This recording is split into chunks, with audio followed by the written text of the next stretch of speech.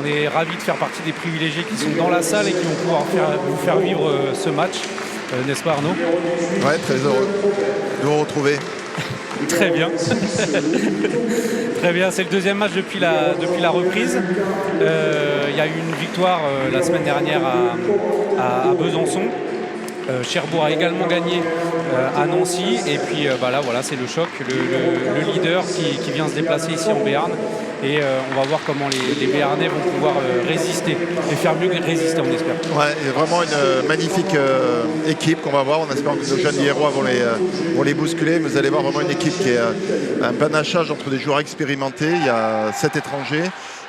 Et des jeunes joueurs issus de la formation locale.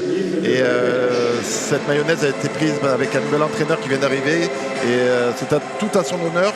Parce qu'en peu de temps, il a réussi à vraiment forger un esprit à cette équipe. Et elle a pris la tête du championnat en gagnant Nancy la semaine dernière. Et effectivement, elle vient valider avec beaucoup d'ambition ce soir pour pouvoir continuer à être première. À noter aussi que ils ont vécu vraiment une belle préparation parce qu'ils sont partis de chez eux depuis une dizaine de jours. Ils sont partis jeudi, ça fait 8 jours.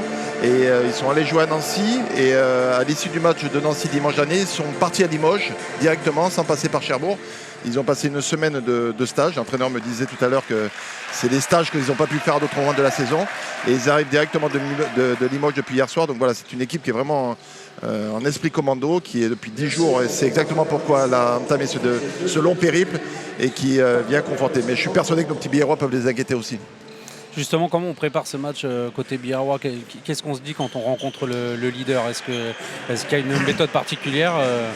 La méthode, c'est que d'abord Billard a récupéré de la confiance parce que souvenons-nous qu'ils ont gagné à Massy quand même au courant décembre. Ils ont fait de bonnes préparations, ils n'ont pas eu les soucis qu'ils avaient eu au mois d'août liés au Covid. Donc Daniel Deherme a pu faire vraiment une préparation comme il le souhaitait. On ne fait jamais 100% de ce qu'on souhaite, mais ça en est rapproché. Ils ont fait des matchs amicaux cohérents, notamment en battant Irun ici. Et ils sont allés valider cette bonne préparation par une victoire à Besançon. Donc fatalement, quand une équipe gagne des matchs, surtout des matchs décisifs comme à Besançon la semaine dernière, et ben elle est en confiance. Donc j'ai envie de dire ce soir, elle n'a rien à perdre. Et on espère ne pas voir l'équipe de Billard qui par moment était un peu empruntée dans le doute au début de l'hiver et voir une équipe de Billard qui va tenter sa chance à fond.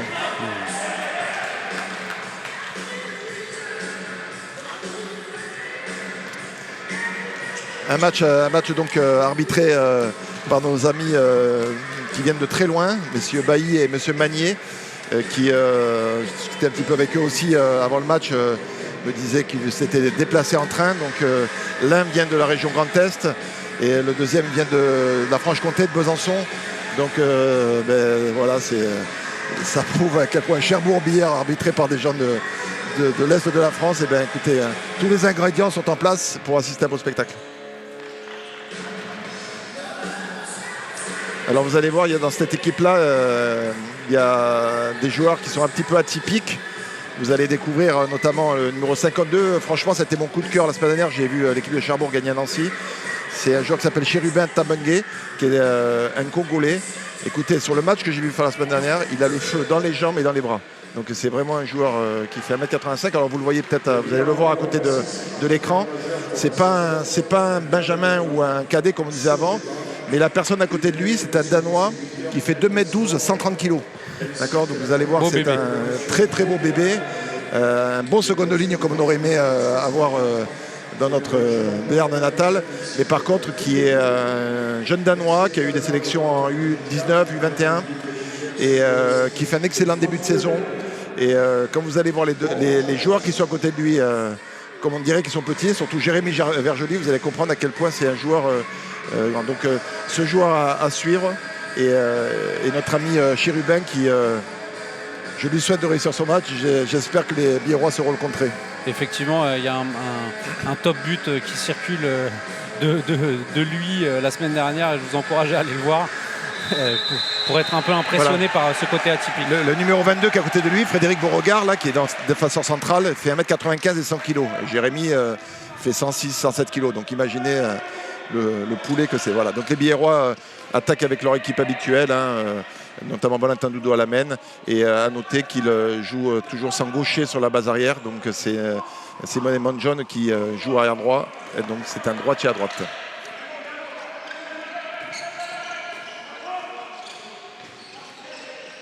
Très bien, voilà. Très bien. C'est l'avantage d'avoir des droitiers à droite. Donc c'est des joueurs qui sont sur le bon bras pour pouvoir libérer la balle à l'aile. Et Billère a vraiment été très performant la semaine dernière sur le jeu à l'aile. Donc voilà, donc Billère aussi est dans la même façon que nos amis de Cherbourg défendent un dispositif de 0,6 en mettant sûrement un petit peu plus de profondeur, car on voit Corentin Bouet qui sera un petit peu plus haut sur l'arrière droit, qui est aussi un international norvégien, Borut, et qui va vouloir surtout les faire reculer.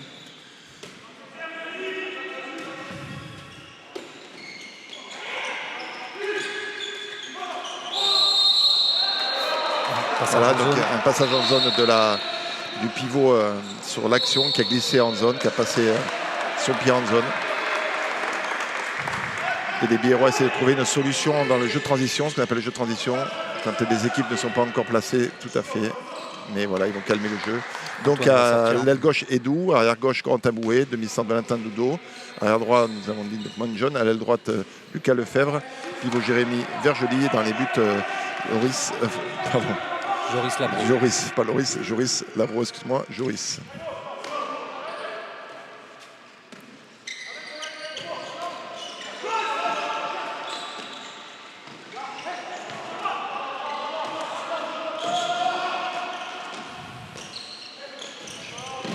Voilà, donc on peut imaginer beaucoup de réussite côté biérois. Voilà. Premier arrêt. Voilà. Et donc, voilà, un échec à 6 mètres. Alors, le jeu des Biérois consiste, vous l'avez compris, à éviter le secteur central. Donc, je pense que les Biérois vont vouloir attaquer assez longuement pour trouver des situations de shoot favorables. Et soit sur des décalages à l'aile, soit des shoots à travers, comme viennent de laisser les joueurs de Billère. Et regardez la défense 0,6 de Cherbourg mettre très très peu de profondeur. C'est-à-dire qu'ils savent que le point faible des Biérois, c'est les tirs de loin, même si ça sera un petit peu plus là. Et vont les inciter à se rapprocher pour les contrer tout simplement. Donc les Biérois, c'est très important pour eux de pouvoir jouer longtemps pour pouvoir trouver des situations de shoot favorables. Voilà, du renversement, voilà, très bien, oui, à l'image de ce qu'on vient de dire. Ils ont bougé cette défense sur des allers-retours pour qu'il y ait une ouverture, on va très bien le revoir là. Voilà, une ouverture entre deux joueurs, tir en appui, c'est super bien joué de la part des Biérois qui ont vraiment été patients. Donc voilà.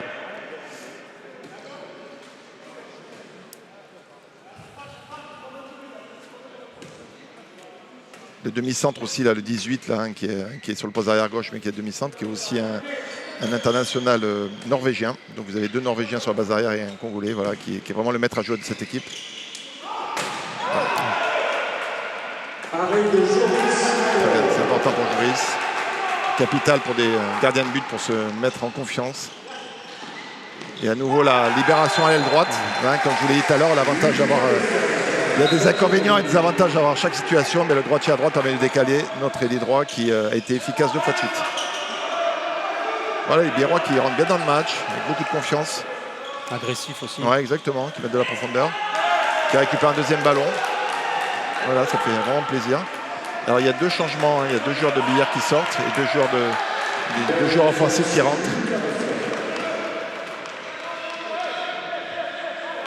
Et la particularité de cette équipe aussi, c'est qu'il y a 2 gardiens, un gardien croate et un gardien israélien. Et il leur a été annoncé il y a 15 jours que les 2 ne seraient pas conservés à la fin de l'année. Mais pour avoir vu leur match la semaine dernière, je peux vous garantir qu'ils sont extrêmement motivés et qu'en aucun cas ça remet en cause leur engagement professionnel parce qu'ils ont vraiment été excellents la semaine dernière. Là, une perte de balle et derrière le joueur chérubin perd la balle sur un pied. Voilà, les Biérois qui sont vraiment en confiance parce qu'ils travaillent patiemment, ils font tourner la balle. Ouais, à nouveau, ils vont déplacer cette équipe. Ils s'éloignent du secteur central et super bien joué. Voilà. Beaucoup de balles à l'aile, hein, parce qu'il y a eu 2 ballons à l'aile droite, un ballon à l'aile gauche, donc c'est super. Voilà. Wow. Super arrêt de Joris sur le tir de pivot. Alors l'équipe de Cherbourg, Jérémy, elle a 2 joueurs au poste. Elle a 16 professionnels sur le terrain, donc il y a 2 joueurs au poste et souvent des joueurs très complémentaires. Donc l'ambition de l'entraîneur est de jouer très vite. D'ailleurs, ils vont essayer de mettre beaucoup de rythme. L'entraîneur sait très bien que Billère est plus en difficulté au niveau de son effectif. Exactement. Donc ils vont mettre beaucoup de rythme pour pouvoir épuiser les Biérois en espérant être avec eux dans les 10 dernières minutes, un quart d'heure, pour que ça puisse maintenant aux Biérois d'être patient pour pouvoir s'économiser aussi. Vous voyez, quand on ne travaille pas en amont, les mecs ils sont forts, donc il va falloir vraiment être patient et faire lucide. Bouger toute la défense et trouver des solutions.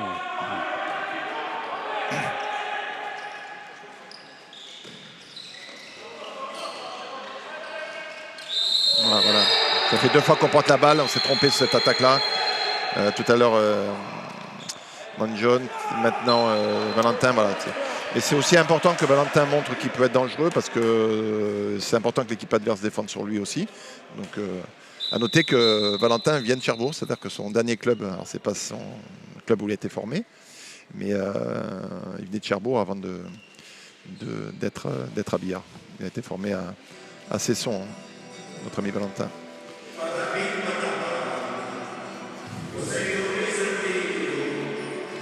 On en parlait tout à l'heure, c'est une équipe assez atypique avec même des nationalités atypiques. On parlait du gardien israélien. Je crois qu'il y a un autre israélien dans il y a 2 Norvégiens, 2 Israéliens, un Danois, un Congolais et un Croate.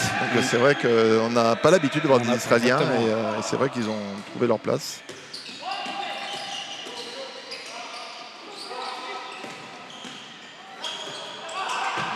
Voilà, Joris qui est très présent. Voilà, vous voyez à quel point le handball est une question de confiance. Il a fait une très belle première mi-temps la semaine dernière. Il a fait les arrêts qu'il fallait en seconde mi-temps. Il a été très performant. Donc ça fait vraiment plaisir de le voir se retrouver. Il a régulièrement fait des bons matchs.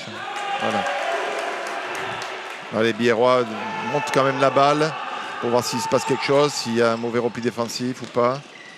Voilà. Vous voyez l'avantage de monter la balle comme ça. Il ne faut pas, porter la balle. Il faut trouver l'équilibre entre monter les ballons et là-bas être lucide pour arrêter les ballons. Voilà. Elle a touché derrière, elle a raison. Ouais, elle a raison, Edou, elle est touchée derrière. Elle est touchée derrière. Ouais. Elle est touchée derrière. Ils n'ont pas la VAR et ils n'ont pas le ralenti. Les arbitres, pour l'instant, font un très bon entame comme l'équipe de Billard. Donc c'est comme ça, il n'y a pas de souci.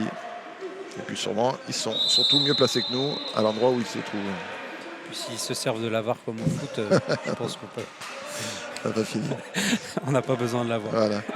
C'est dommage, les Biérois maintenant 3-1 ont gâché 2 ballons en attaque en jouant à l'envers par rapport à leur projet. Mais bon, côté continue à bien défendre. Ça va être capital.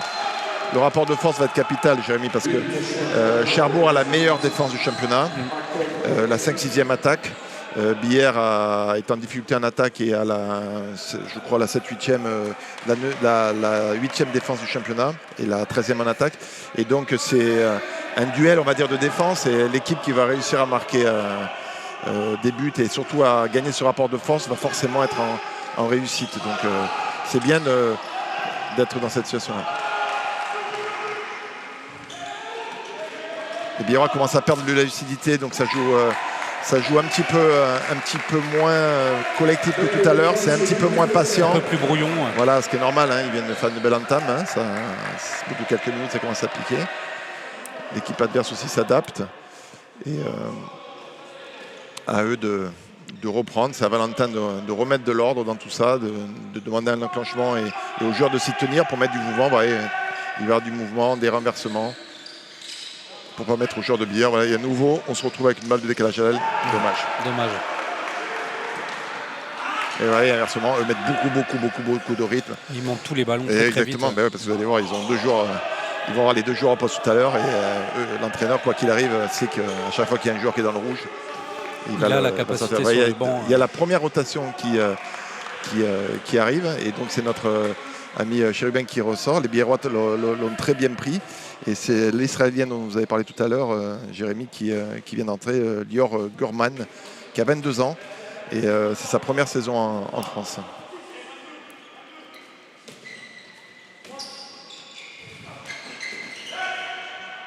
Sur le but à l'aile. Ouais, une situation de dégalage. de Robin Dupont-Marion, qui, comme la semaine dernière, commence le match. Alors, ce qui est un petit peu inquiétant, c'est que le deuxième ailier droit, qui je pense est le premier, est un joueur aussi très très performant, Nkonda, et qui on verra dans un deuxième temps, et qui en plus défend fort au secteur central. Donc il faut tenir. 3-3, on est présent. Ça défie. Valentin montre qu'il est présent dans la percussion. Provoque au moins le carton jaune à minima. Daniel demande un petit peu plus. Bon, les arbitres installent un rapport de force. Voilà, ils vont, à nous de voir s'ils vont être cohérents. Ils savent pour l'instant très bien où ils vont. Donc voyons voir ce qui se passe.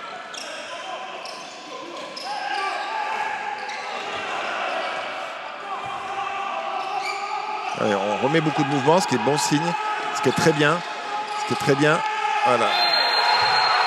Il y a un bras levé, donc on voit l'engagement des joueurs de Cherbourg sur le banc.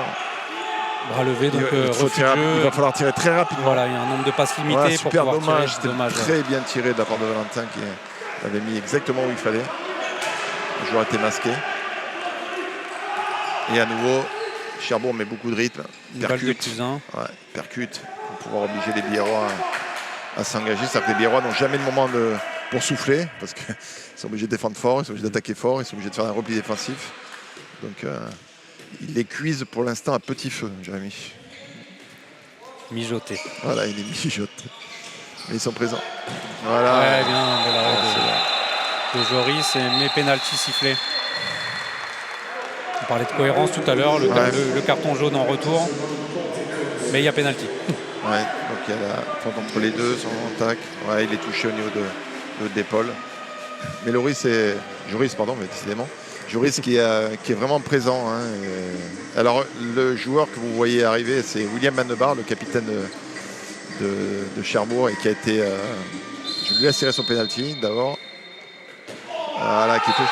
Et qui est un super gamin. Enfin, c'est plus un gamin, mais les Biérois, forcément, sont attendris et surtout au plaisir de le retrouver. C'est vraiment dommage que le Sporting ne soit pas plein parce que c'était notre ailier gauche avec Lilian Latapi l'année de la montée. Et il a vraiment laissé une superbe image. C'est vraiment un excellent coéquipier, un plaisir à entraîner. Je l'ai entraîné pendant 3-4 ans. Et c'était vraiment génial pour lui. C'est un joueur qui a été formé dans l'Eure à Chartres, qui après a fait le centre de formation de Toulouse et qui était venu chez nous après le centre de formation de Toulouse. Lui-même est déçu aussi de ne pas avoir un Sporting plein pour pouvoir bien sûr. Saluer tout le monde. Marché, oui, après le passage en force sifflé de l'autre côté.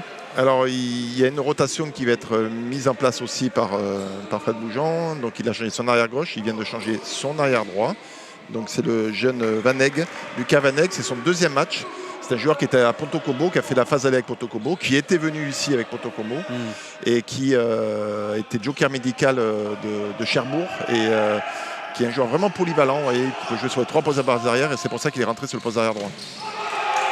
Et comme il est rentré sur le poste d'arrière droit et qu'il ne défend pas dans le secteur central, c'est pour ça qu'il a changé aussi son ailier droit. Il a mis Nkonda, qui est à la fois ailier droit en attaque et qui défend numéro 2 en défense et qui permet de voir ce joueur arriver.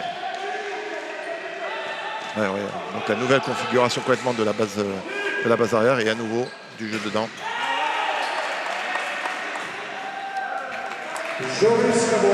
Rotation sur le poste de pivot aussi. Donc vous avez vu, tout a changé. Voilà, on est à la 12e minute. Il n'y a que le meneur de jeu, le meneur de jeu danois Ekren, qui vraiment, c'est sa deuxième saison et un joueur vraiment très important et qui met le lien un petit peu entre tous ces joueurs qui viennent d'horizons différents. Mais autrement, en attaque, les 5 joueurs autour de lui ont changé de poste. Donc ils sont vraiment dans la stratégie dont on vous avait parlé de les crever, de les fatiguer.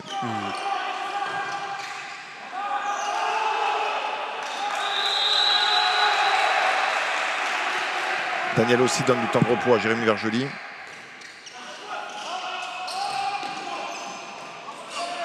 Allez, il faut le mettre. Voilà. Encore un très bon arrêt. C'est dommage parce qu'on a à nouveau bien joué, mais le décalage était là. Et puis ça rejoue vite à nouveau.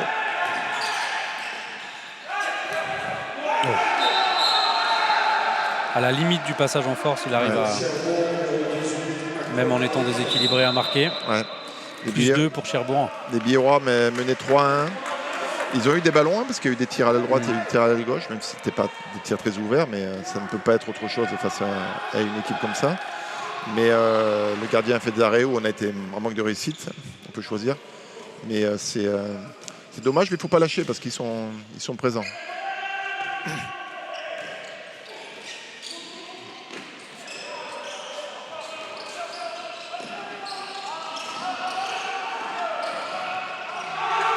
Malin William qui récupère ce ballon. Et à nouveau, le jeu rapide, le jeu de transition, le jeu de fin de montée de balle. Attention à ne pas lâcher trop vite là, parce que c'est vrai que c'est un 5-0, on est sur un 5-0. Série en cours, alors qu'effectivement il y a eu des solutions. Daniel pose son temps mort. Daniel prend un temps mort à 3-1, donc il menait 3-1 et à 6-3, il sent, mais il faut vraiment s'accrocher sur les replis défensifs. C'est-à-dire que ça va piquer, ça va faire mal, mais si Billère n'est pas présent, l'équipe de Billère n'est pas présente dans les 10-15 secondes qui suivent, soit la remise en jeu rapide, ou soit la montée de balle, jeu de transition derrière, et ben, ça va être très compliqué parce que c'est vraiment le jeu identifié des joueurs de Cherbourg. Et puis effectivement, on a vu les solutions. Les solutions, elles sont à l'extérieur. Il y a eu quelques situations. Autant au début, la défense bougeait. Il y avait quelques failles plein centre. Maintenant, ils ont bien resserré les boulons. Et effectivement, c'est beaucoup plus compliqué de servir ou Jérémy ou Nathan au poste de pivot. Et il vaut mieux passer par les extérieurs. Mais il faut être aussi efficace à l'aile pour pouvoir marquer. Et c'est vrai que là, forcément, David Jiménez manque. Il s'était blessé lors du dernier match amical à Huesca. Et c'était quand même la première menace de Billère sur les tirs de loin. En étant gaucher. Donc fatalement, les joueurs en face le savent. Donc non seulement c'est une 0-6 comme dispositif, mais en plus avec vraiment peu de profondeur. Et ils mettent vraiment les Biérois au supplice en ne sortant pas et en offrant très très peu d'espace. Donc voilà. Mais il faut reprendre le jeu de la première mi-temps, de l'entame avec beaucoup de patience, ce que dit sûrement Daniel, et trouver des solutions ouvertes, ça va revenir. On a lâché un petit peu trop tard, dommage. Il va falloir parce qu'il y avait la solution. Allez. Pied. Voilà, pied du défenseur. Un petit peu chanceux de récupérer le pied. Tout à fait. Nathan qui semble il a dû marcher sur le pied d'un défenseur. On va le voir là. Tac, son pied droit. Donc, il se fait marcher sur le pied involontairement. Et sûrement une petite entorse arrière. Donc ça ne va pas arranger, notamment parce que défensivement. Et puis le vieux Jérémy Vergely qui a re-signé pour 1 an la semaine dernière. Bon, ça fait 8 ans qu'il dit que c'est sa dernière année. Il va jouer jusqu'à 45 ans. Et donc tant qu'il est affûté pour. Mais lorsqu'on voit le match qu'il a fait la semaine dernière, écoutez, c'est clair que c'est vraiment du bonheur pour les joueurs et pour les entraîneurs d'avoir des mecs sérieux comme ça. Et encore une fois, un marché, mais un arrêt aussi de... Bel arrêt de Joris. C'est moi qui les ai mis on va passer le virus. Mais voilà, donc... Jérémy qui est encore dans le top 10 des meilleurs marqueurs de Pro League. Puis la semaine dernière, sur l'attaque, il a vraiment détruit, mais sportivement, dans le jeu, l'équipe de Besançon, parce qu'il a vraiment été énorme à l'intérieur de cette défense 3-2-1 de Besançon. Et donc vraiment, il a fait un match exceptionnel. Alors est-ce que nous allons voir arriver Billère la reprise la blessure de Nathan est doublement problématique, Jérémy, parce que Billère depuis quelques semaines joue des fois à 2 pivots, à 7, sans gardien de but.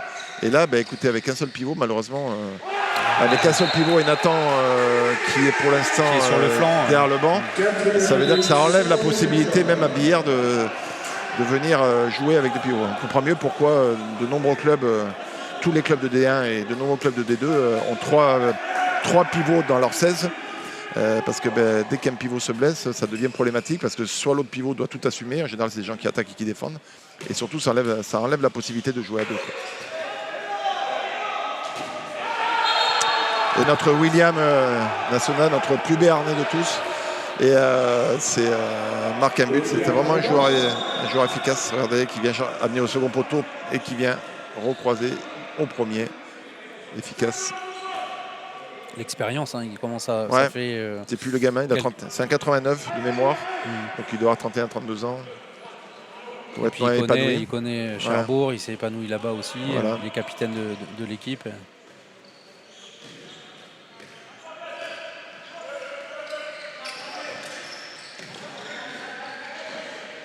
Voilà, très bien. Voilà, il faut reprendre confiance. Franchement, les Biérois jouent bien. Il y a eu des échecs, tout à l'heure là-bas, mais les Biérois jouent bien. Et il faut être patient, il faut s'accrocher. Écoutez, dans le jeu, voilà, un petit carton jaune. Voilà, ça mange pas de pain. Petit carton jaune. Voilà, les Biérois doivent continuer à être solides et à s'accrocher, hein. À bien défendre, comme ils le font là. Et puis voilà, donc les joueurs de Cherbourg, regardez, donc évoluent avec ce droitier à droite, hein, le petit Vaneg, Lucas. Et vous allez voir, c'est un joueur qui est très dynamique, qui aime les espaces, qui va être rapide. Et, mais bon, les Biérois doivent aussi s'adapter à ce profil-là.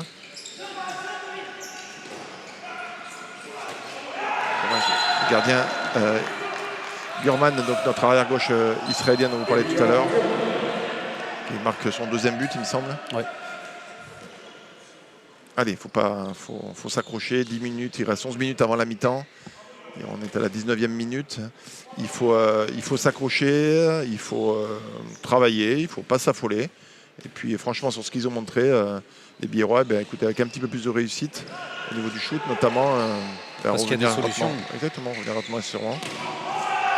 Là, le petit Louis est donc joueur du centre de formation, hein, qui vient remplacer David. Donc manque un tout petit peu d'expérience, mais il vaut mieux oser que pas tenter. Et Louis, il faut qu'il ose, mais il ne faut pas qu'il ose secteur central où les joueurs sont les plus grands, quoi. Et les Biérois prennent les joueurs de Cherbourg à leur propre jeu, et c'est eux qui marquent en attaque placée, en montée de balle. Donc écoutez, moins de 2, 6 à 8, 10 minutes de jeu. 10 minutes à jouer, voilà, dans cette première mi-temps. Louis qui est le seul du coup arrière droit gaucher. Ouais, et qui a du bras et qui est capable de marquer de loin. Maintenant il va falloir marquer et pour pouvoir tirer de loin, il faut vraiment travailler avant. Si le contre est placé avec le gardien de but et ainsi de suite, ça devient très compliqué. Par contre, il marquera des buts de loin si avant il y a du travail. Voilà. Bien défendu. Très bien défendu. Dommage. Vigilant le gardien. Ouais, belle sortie. Ouais. Belle sortie. C'est deux gardiens qui sont. Vous allez voir si on voit le second en seconde mi-temps. Mais qui sont des gardiens de but très dynamiques, parce que c'est des joueurs d'un gardien de but d'1m88, d'1m90, et qui sont dynamiques, sur leurs appuis, toniques, explosifs. Et ils sont vraiment, alors j'allais dire complémentaires, ils ont le même profil. La semaine dernière, ils ont joué les deux, mais beaucoup d'explosivité. C'est deux numéros 1 bis, comme on peut dire. Il n'y a pas un remplaçant. Les deux sont du même niveau. Elle est touchée, me semble. Ouais, elle est touchée, moi il me semble qu'elle est touchée, mais c'est pas grave. Et oui, deux numéros 1 bis, et qui vont remplacer par deux jeunes gardiens français. C'est-à-dire que Cherbourg fait le pari, même en D1, s'ils vont en D1. Ils ont pris un joueur qui a été formé, un gardien de but qui a été formé à Paris et qui est à Massy actuellement, et un jeune Italien qui est au centre de formation de Nantes. Donc ils font le pari l'année prochaine de partir avec deux jeunes gardiens. Et on retrouve dans la rotation de notre ami Christian Horstedt. Donc, on espère être son ami. Parce que... Il vaut mieux. On va le croiser tout à l'heure. Et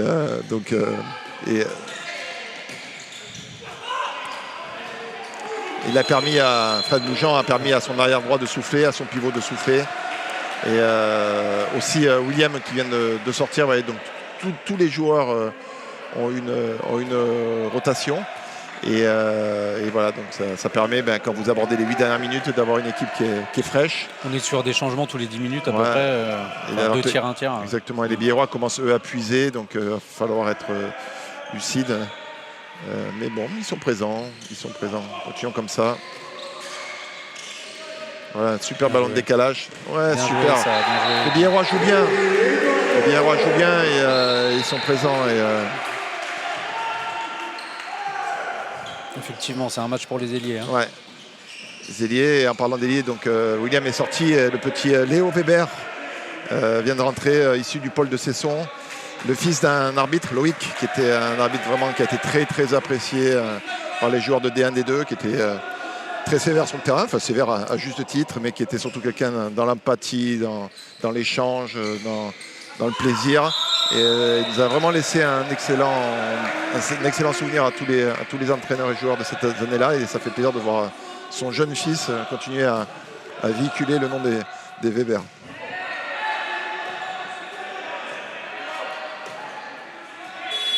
Voilà, et c'est Fred Bougeant qui prend le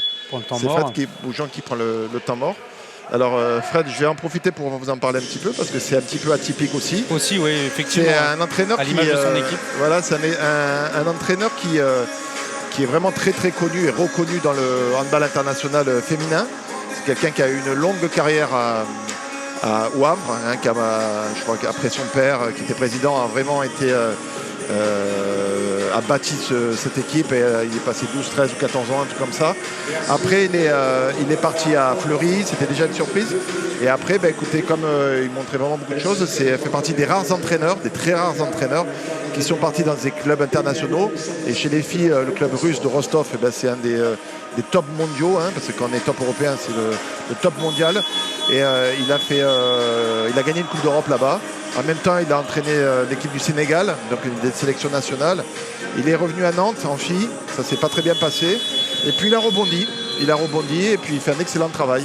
Alors on l'a vu dans d'autres sens. Il y a souvent des entraîneurs garçons qui sont partis chez les filles, comme Laurent Beuzot, qui a actuellement entraîné Brest, qui était un entraîneur de D1 au Girondins de Bordeaux et à Toulouse, comme Thierry Vincent, qui a entraîné en D1 au Girondins de Bordeaux, qui est parti après à Toulon, etc. Comme Christophe Mazel, qui est actuellement à Dijon. Mais c'est beaucoup plus rare. C'est beaucoup plus rare dans ce sens-là.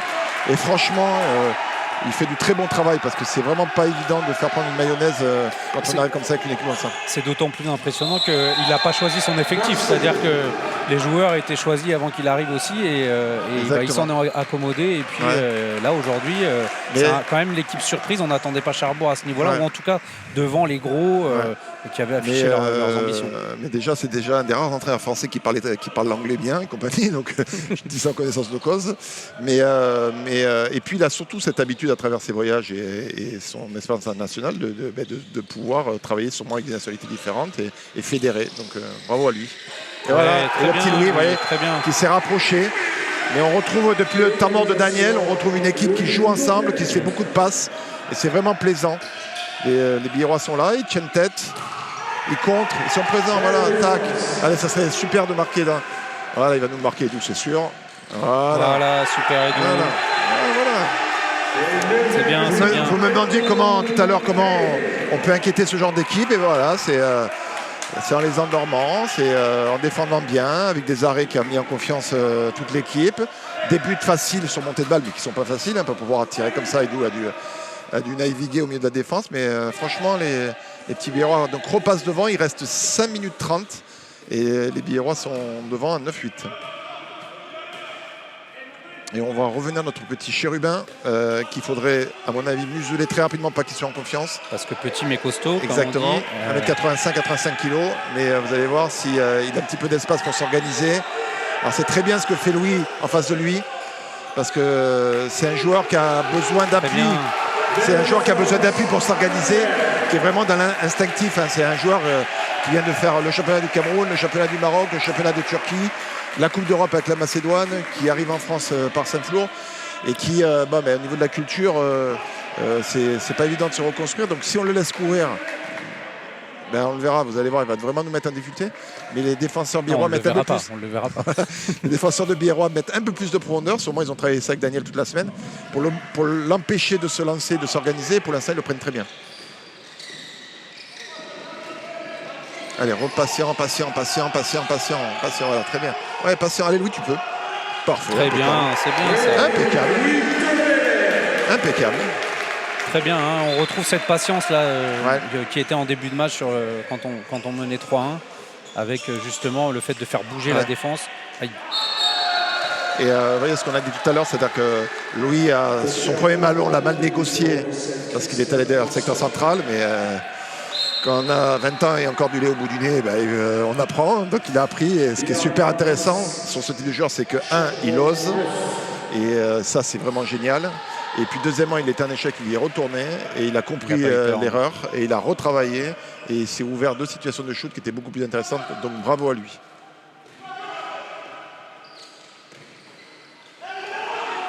Allez, c'est parti. Oh, tout est passé, man. Ouais, super. Très bien, très bien. C'est bien, effectivement. Ça va jusqu'à l'aile. C'est vraiment... les intervalles sont bien pris. Les ballons sont lâchés au bon moment.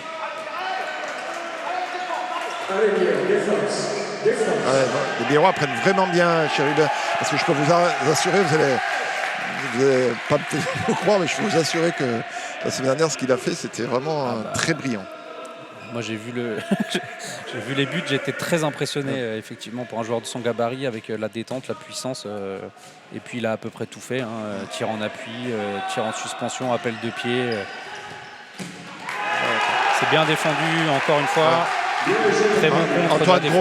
Antoine Gros et Jérémy Vergely qui sont vraiment très présents dans le secteur central. Parce que ça compte, ça touche. Regardez, la pression. Voilà, on essaie de les perturber en mettant de la profondeur. Super, vraiment, c'est bien. C'est dommage.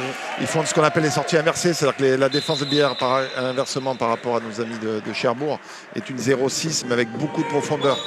On voit Manjon qui sort à l'opposé sur des sorties inversées, c'est-à-dire qu'il ne sort pas sur son adversaire direct, mais sur un autre. Et des équipes qui ont l'habitude de mettre leur jeu en poste et compagnie, et d'avoir des choses qui les perturbent comme ça devant les yeux, forcément, ça les met en difficulté.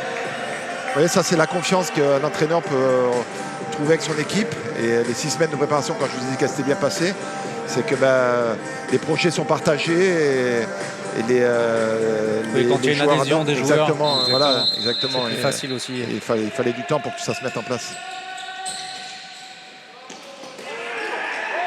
Tac, oh là, on a touché le poteau, très bien. Très bien. Allez, balle de plus 3. Alors comme on n'est pas sur nos amis de Noah France 3, mais sur notre page Facebook, on a le droit d'être un petit peu plus partisan. Exactement. Donc même si on a une amicale pensée à nos amis normands, la Ligue de Normandie avec son président Nicolas Marais, très dynamique, à qui on aura bien le bonjour. Mais voilà, ça fait très plaisir de voir l'équipe de Bière jouer comme ça, mettre beaucoup d'envie, beaucoup de compétences dans son jeu. Là, il s'est fait toucher la tête. Alors, c'est vraiment pas le genre de joueur à faire du cinéma. Mais alors, vraiment pas du tout. Ça peut être involontaire, mais bon. Après, l'arbitre, il pouvait aussi couper le jeu avant, je pense. Ouais, c'est l'évolution depuis 1 an, 2 ans dans l'handball, mais il a vraiment dû l'apprendre, on va le voir. Tac, il a pris la main droite de votre ami. Donc vous irez lui dire, notre ami Christian Orsted, vous irez lui dire à la fin que ça se fait pas. Mais bon, il faudra lui dire de loin. De loin. Vous y allez avec Jérémy Vergely, on ne se met pas sur ses épaules. Et encore. Voilà, c'est involontaire. Il faut être clair. C'est involontaire. Et contre, ça aurait dû être sanctionné. Parce que même si c'est involontaire, c'est sanctionnable et c'est 2 minutes. Mais bon, c'est dans l'action, ça se voit pas. Au moins couper l'action pour parce que effectivement, c'est pas le style de joueur à faire du cinéma. Nous ne sommes pas au foot et c'est vrai que les handballeurs en général, pour pouvoir aller au sol, c'est faut toucher. Alors regardez, il y a le numéro 97, c'est un joueur qui arrive de Nîmes, qui travaille au centre de formation, qui a une vingtaine d'années, 21 ans je crois, et qui défend et qui progresse en attaque. Donc il reste 1 minute et il remplace notre ami italien qui est sorti sur blessure. Donc c'est un peu la double peine parce que non seulement il a pris une belle, mais en plus il a dû sortir. Oui, c'est ça. Voilà, c'est cadeau de l'arbitrage parce que il était dans une situation nous rendre un petit peu la balle. Voilà, nous rendre la balle. Mais écoutez, les arbitres, franchement, depuis le début, sont très cohérents. Il y a 2-3 conneries, mais comme tous les joueurs et comme tous les entraîneurs en font chaque mi-temps. Donc, je pense qu'à chaque fois qu'on est dans le petit jeu, on est en difficulté. Il faut vraiment partir sur le. C'est compliqué d'aller chercher Jérémy Vergely au poste de pivot. Et Valentin est piégé sur le terrain parce qu'il n'a pas pu sortir. Et donc c'est Valentin qui se retrouve là, sur un mec qui fait 100 kg en face de lui. Et donc il est un peu avancé. Voilà, il ne peut pas s'aligner à côté de Jérémy. Hein. Donc il va prendre le numéro 18. Il reste 15 secondes pour les personnes qui nous suivent. Et à nouveau un ballon dedans et un but. Voilà, il reste 10 secondes. Égalisation. Ouais, il reste 8 secondes. Il n'y aura pas une dernière. Il n'y aura pas de dernière action. Mais écoutez, c'est une première mi-temps qui est vraiment satisfaisante. Parce que 11 à 11, franchement, la défense biéroise a été très performante. Parce qu'il y a vraiment du potentiel offensif en face. Ils les ont contrés. On a eu un petit peu de déchets, mais comme on l'a dit, la débauche d'énergie est telle que fatalement les joueurs de billard sont en difficulté par moment. Voilà, l'enseignement sur lequel va sûrement insister Daniel, c'est que tant qu'on fait beaucoup de passes et qu'on dépasse cette défense, on souffre des situations de shoot qui sont ouvertes. Par contre, à l'image de la dernière action, mais même si Valentin devait y aller parce qu'il avait un bras levé, mais dès qu'on est dans du petit jeu, c'est tellement compact que ça devient très compliqué. Donc voilà. Quoi.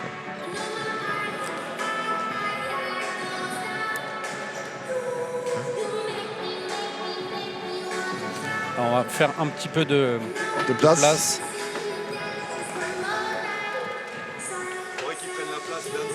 Non, là, il va se mettre un petit peu en décalage.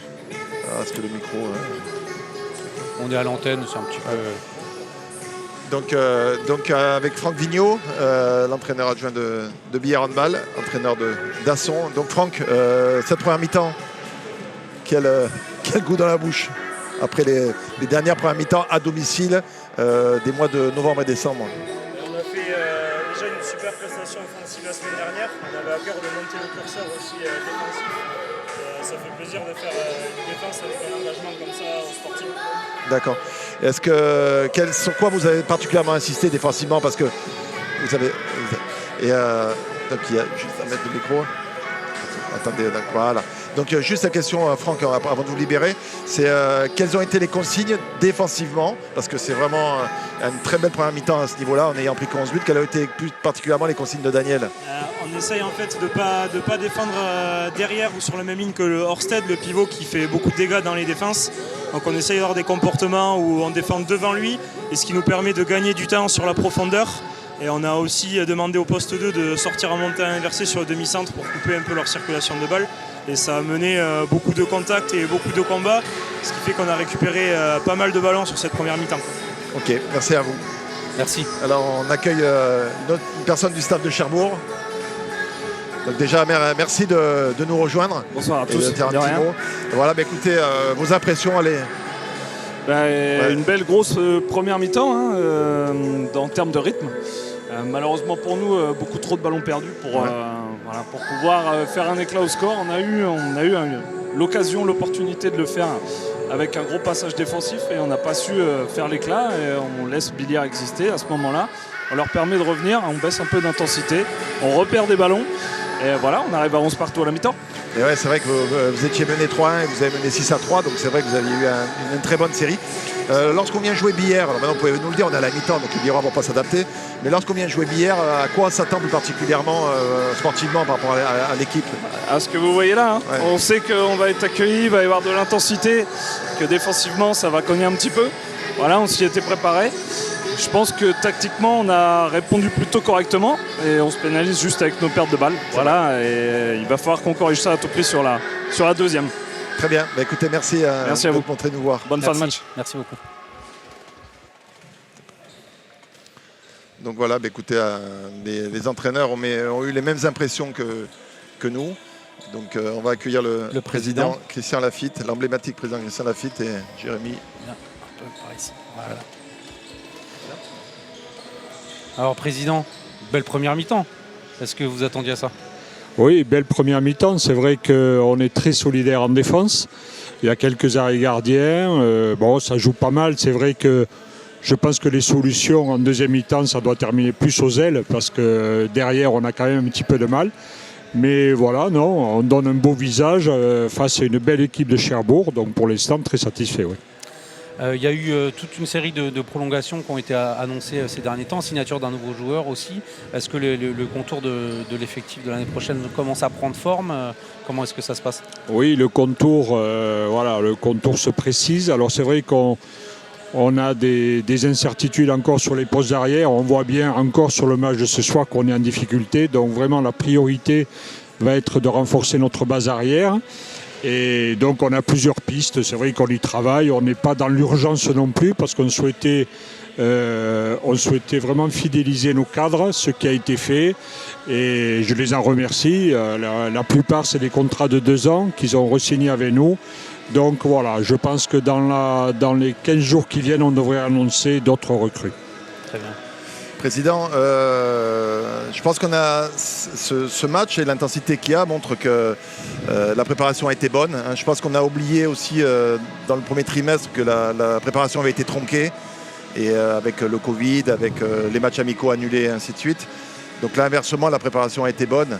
Donc ça doit faire du bien en tant que président de voir une équipe qui est investie comme ça sur le terrain et qui montre beaucoup d'envie et beaucoup de compétences parce qu'elle joue bien en attaque. Et je vous rejoins complètement sur les solutions à l'aile. Comme à Besançon la semaine dernière, c'est là que ça passera. Donc un président heureux sur cette mi-temps-là. Non, mais c'est vrai. Ce qu'on disait avec le directeur général, ça fait plusieurs semaines qu'on passe entre les gouttes du Covid. J'espère que ça va durer. Du coup, on a pu faire une préparation conforme à ce qu'on souhaitait. 2 matchs amicaux contre les Espagnols qui ont vraiment été très encourageants. Et voilà, la victoire à Besançon la semaine dernière et la première mi-temps qu'on fait ce soir confortent vraiment le travail de tout le mois de janvier. D'accord. Et une autre question qui a rien à voir, mais qui est par rapport à la Ligue nationale de handball. Comme je sais que vous êtes bien présent dans cette LNH, il devait y avoir l'élection d'un nouveau président. Les présidents ont plutôt choisi, je pense, d'attendre et de travailler tous ensemble pour cette période-là. Est-ce que vous pouvez nous en dire 2-3 mots ? Oui, alors c'est vrai que normalement l'élection du nouveau président devait être validée en février. Vu la crise actuelle et les circonstances sportives, l'ensemble des présidents professionnels de Leaders League et de Pro League ont validé à quasiment unanimité le maintien de David Tebib actuellement comme président, et les élections auront lieu au mois de juillet, fin juin, juillet, voilà, pour un nouveau projet de 3 ans. Vous savez qu'aujourd'hui, il nous apparaissait plus opportun de nous recentrer sur nos clubs et de laisser en place une équipe qui travaille bien avec les salariés de la Ligue. Et voilà, et continuer comme ça, et on aura, je pense, un petit peu le temps pour trouver le candidat idéal d'ici le mois de juillet. Vous sentez vraiment une bonne solidarité entre les 28, oui, 30 présidents? Oui, tout à fait. On sent une très belle solidarité entre les clubs, et c'est vrai que la situation est compliquée pour tout le monde, plus pour certains. Bien sûr, mais voilà, les services de la Ligue sont là pour nous épauler. Il y a de nouveaux projets qui émergent. Bon, nous, on en fait partie avec nos retransmissions télévisées. Je tenais à vous remercier tous les deux, voilà, pour l'investissement que vous mettez. Et donc voilà, c'est tout à fait encourageant malgré les situations très compliquées que nous vivons. Et l'absence du public, évidemment, est pénalisante pour les joueurs, parce qu'ils le disent tous. C'est vrai que sans public, la salle est un peu triste. Voilà, mais donc on réussit à être quand même imaginatif, à inventer de nouvelles choses, et la dynamique devrait quand même continuer. Très bien. Merci. Merci, Président.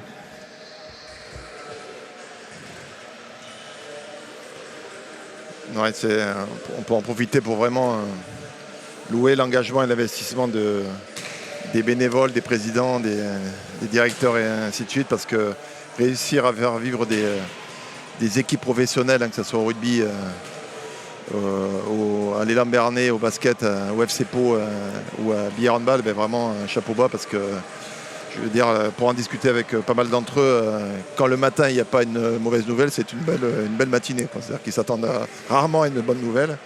Et ils souhaitent surtout ne pas en vivre une tous les matins. Donc c'est vraiment des personnes qui ont des capacités à rebondir, de résilience, de don de soi et compagnie. C'est vraiment grâce à eux que tous les acteurs qui vivent du handball, que ce soit les joueurs, les entraîneurs, et n'oublions pas tous les administratifs qui sont autour, les arbitres aussi, parce que les arbitres, c'est une corporation qui est en difficulté aussi, parce que bien évidemment en première division, garçons-filles, et seconde division, il y a des matchs, mais il y a aussi pas mal d'arbitres qui avaient l'habitude en N1 d'arbitrer, ainsi de suite, qui se retrouvent avec des revenus en moins et compagnie. Donc il y a beaucoup de personnes qui souffrent. Je pense, Jérémy, que nos amis de Cherbourg vont prendre une belle soufflante parce que nos téléspectateurs ne le voient pas, mais ils sont en train de se réchauffer comme si c'était un échauffement d'avant-match. Donc en général, quand il y a ça, c'est que ça a dû souffler un petit peu, que l'entraîneur raccourcit le temps à la mi-temps et envoie son équipe se réveiller. Et en général, quand on dit allez vous réveiller, merci pour ces images. On retrouve une équipe qui, depuis 2-3 minutes, reprend un échauffement et qui va être, à mon avis, bien évidemment, les 10 premières minutes vont être très importantes. Soit les Biérois vont continuer à les tenir.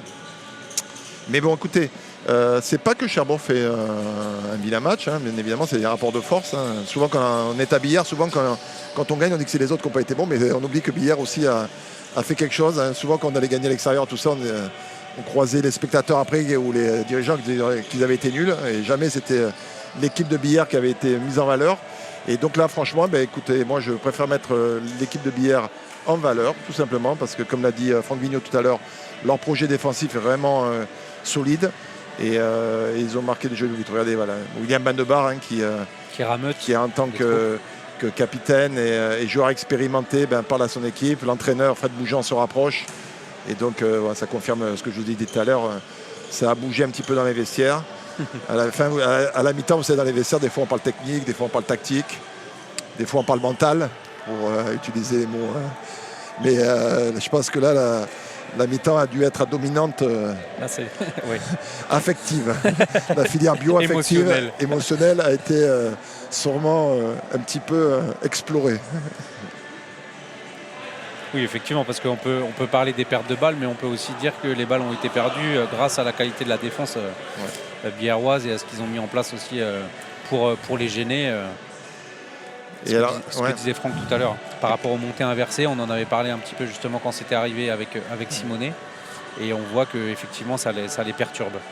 Et puis bon, c'est un statut aussi différent pour cette équipe, parce que c'est plutôt... c'est plus facile, faire référence à l'année où on était un peu dans leur situation de chasser les autres que d'être chassés. Et là, ils se retrouvent premiers.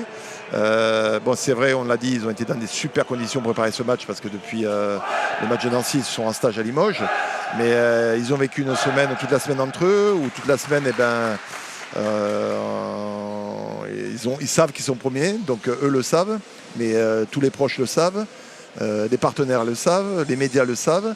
Donc c'est aussi nouveau à gérer parce que quand toute la semaine on vous dit que vous êtes le plus beau, on a l'habitude de dire que le compliment affaiblit l'âme. Et c'est vrai que plus on complimente des joueurs dans ces cas-là et compagnie, c'est naturel à un moment, mais il suffit de faire un petit peu moins et ainsi de suite. C'est pas du tout volontaire souvent et c'est un peu inconscient. Donc à eux aussi de montrer qu'ils ont la capacité, comme on le pense, de pouvoir réagir. Mais on ne leur souhaite pas, parce que, comme on l'a dit tout à l'heure, ce soir on est supporters. On a le droit d'être partisans. Et surtout que Cherbourg, c'est vraiment une ville, on est allé jouer 2 fois, enfin j'y suis allé moi 2 fois, c'est vraiment une ville qui respire handball. Ils ont une salle magnifique, c'est vraiment un chaudron, je ne sais plus, excusez-moi, je m'excuse auprès du président Ferré, mais je crois qu'il y a eu une vingtaine ou une trentaine de matchs consécutifs à guichet fermé.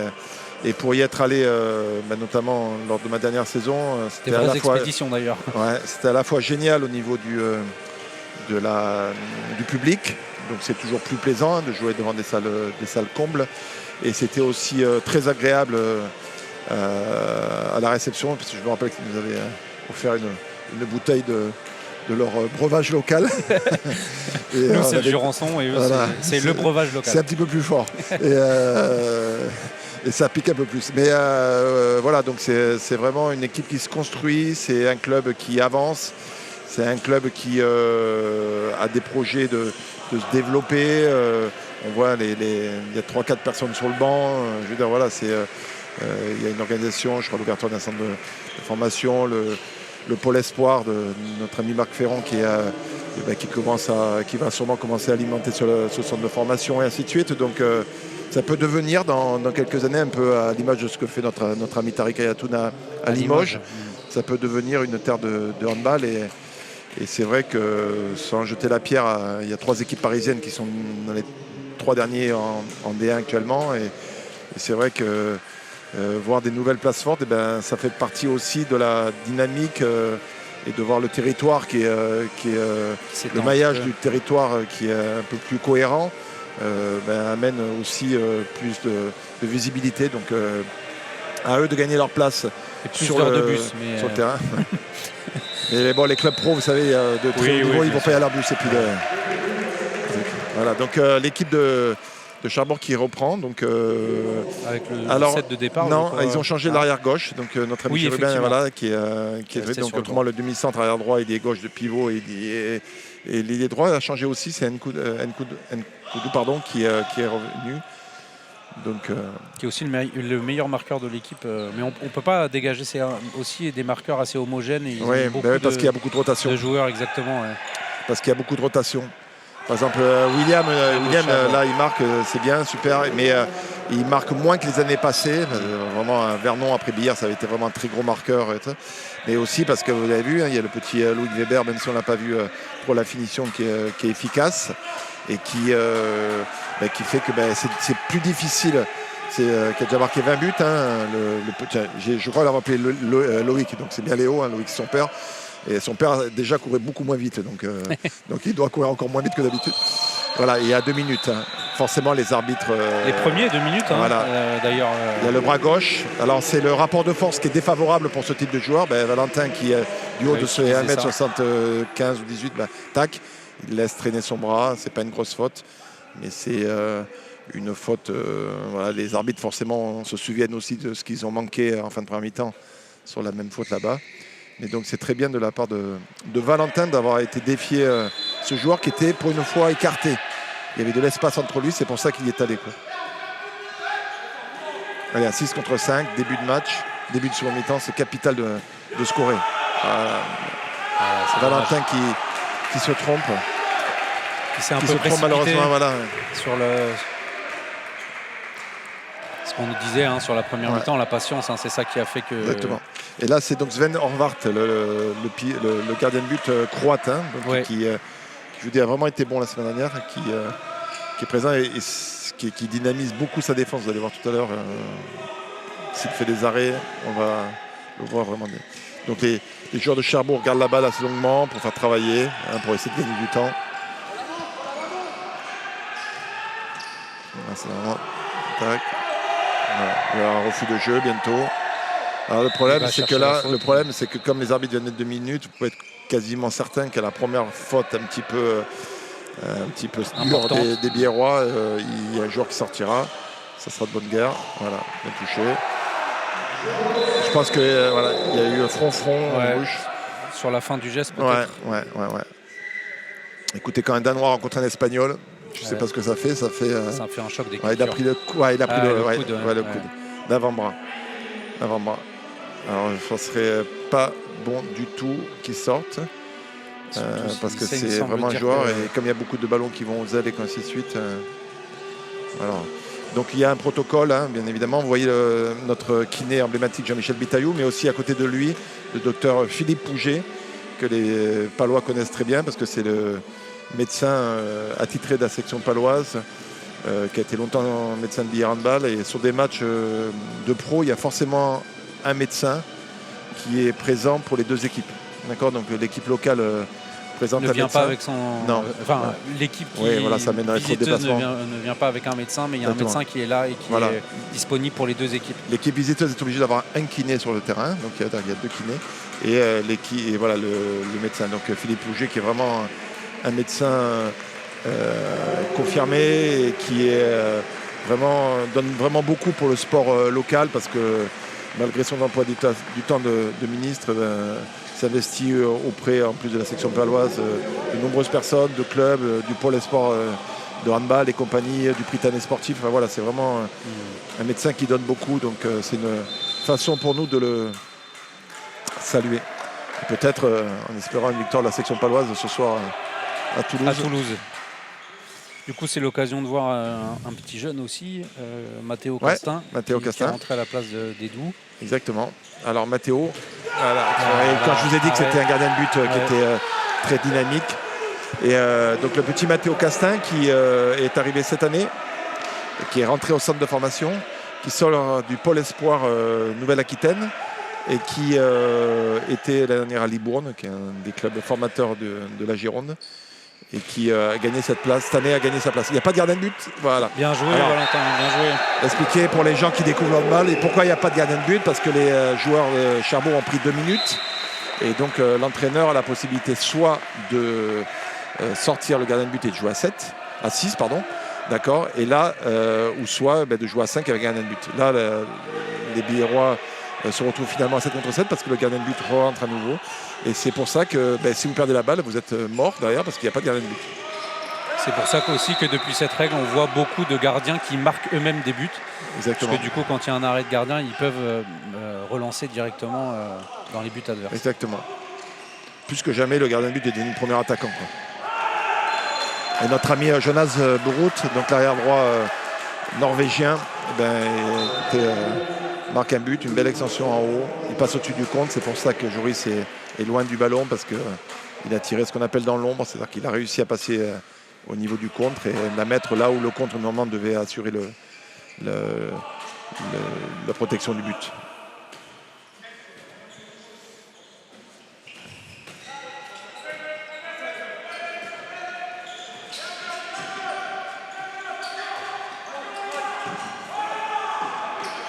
Allez, Corentin va retrouver de la réussite. Il est un petit peu moins en confiance tout à l'heure. C'est un joueur qui peut être aussi un excellent buteur. Donc s'il arrive à marquer un but assez rapidement, derrière il pèsera sur la défense à coup sûr.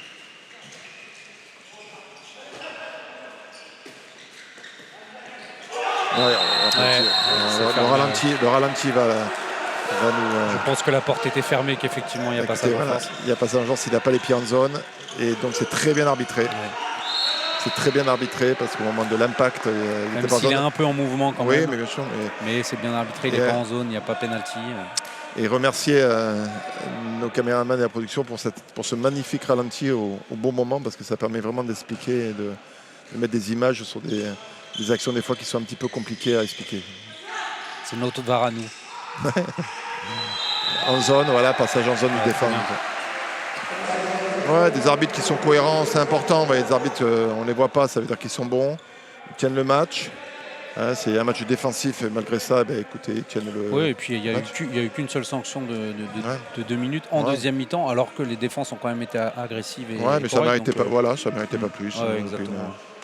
Voilà. Regardez, alors, bon, même si c'est anecdotique, alors la rentrée d'Edou qui revient. Et voilà, les Biérois doivent mettre du rythme. Il faut remettre du rythme sur les passes, remettre du mouvement, retrouver des situations ouvertes. Ouais, c'est bien, ça peut déboucher sur quelque chose d'intéressant. Elle est touchée. Elle est touchée, ouais. Vous voyez là, il est droit, la Nkonda qui défend numéro 2 permet de faire souffler l'arrière droit qui défend numéro 1. Donc c'est vraiment un joueur très intéressant dans cet effectif. Allez. Ah là. Très beau sauvetage, encore tonicité comme on disait tout à l'heure. Ouais, Corentin qui est en difficulté.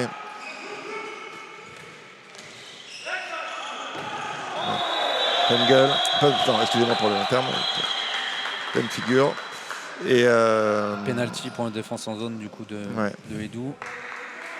Mais Corentin, il a du mental. Corentin, il va revenir. Il faut qu'il y ait une situation qui soit ouverte pour lui et qu'il le remette en confiance.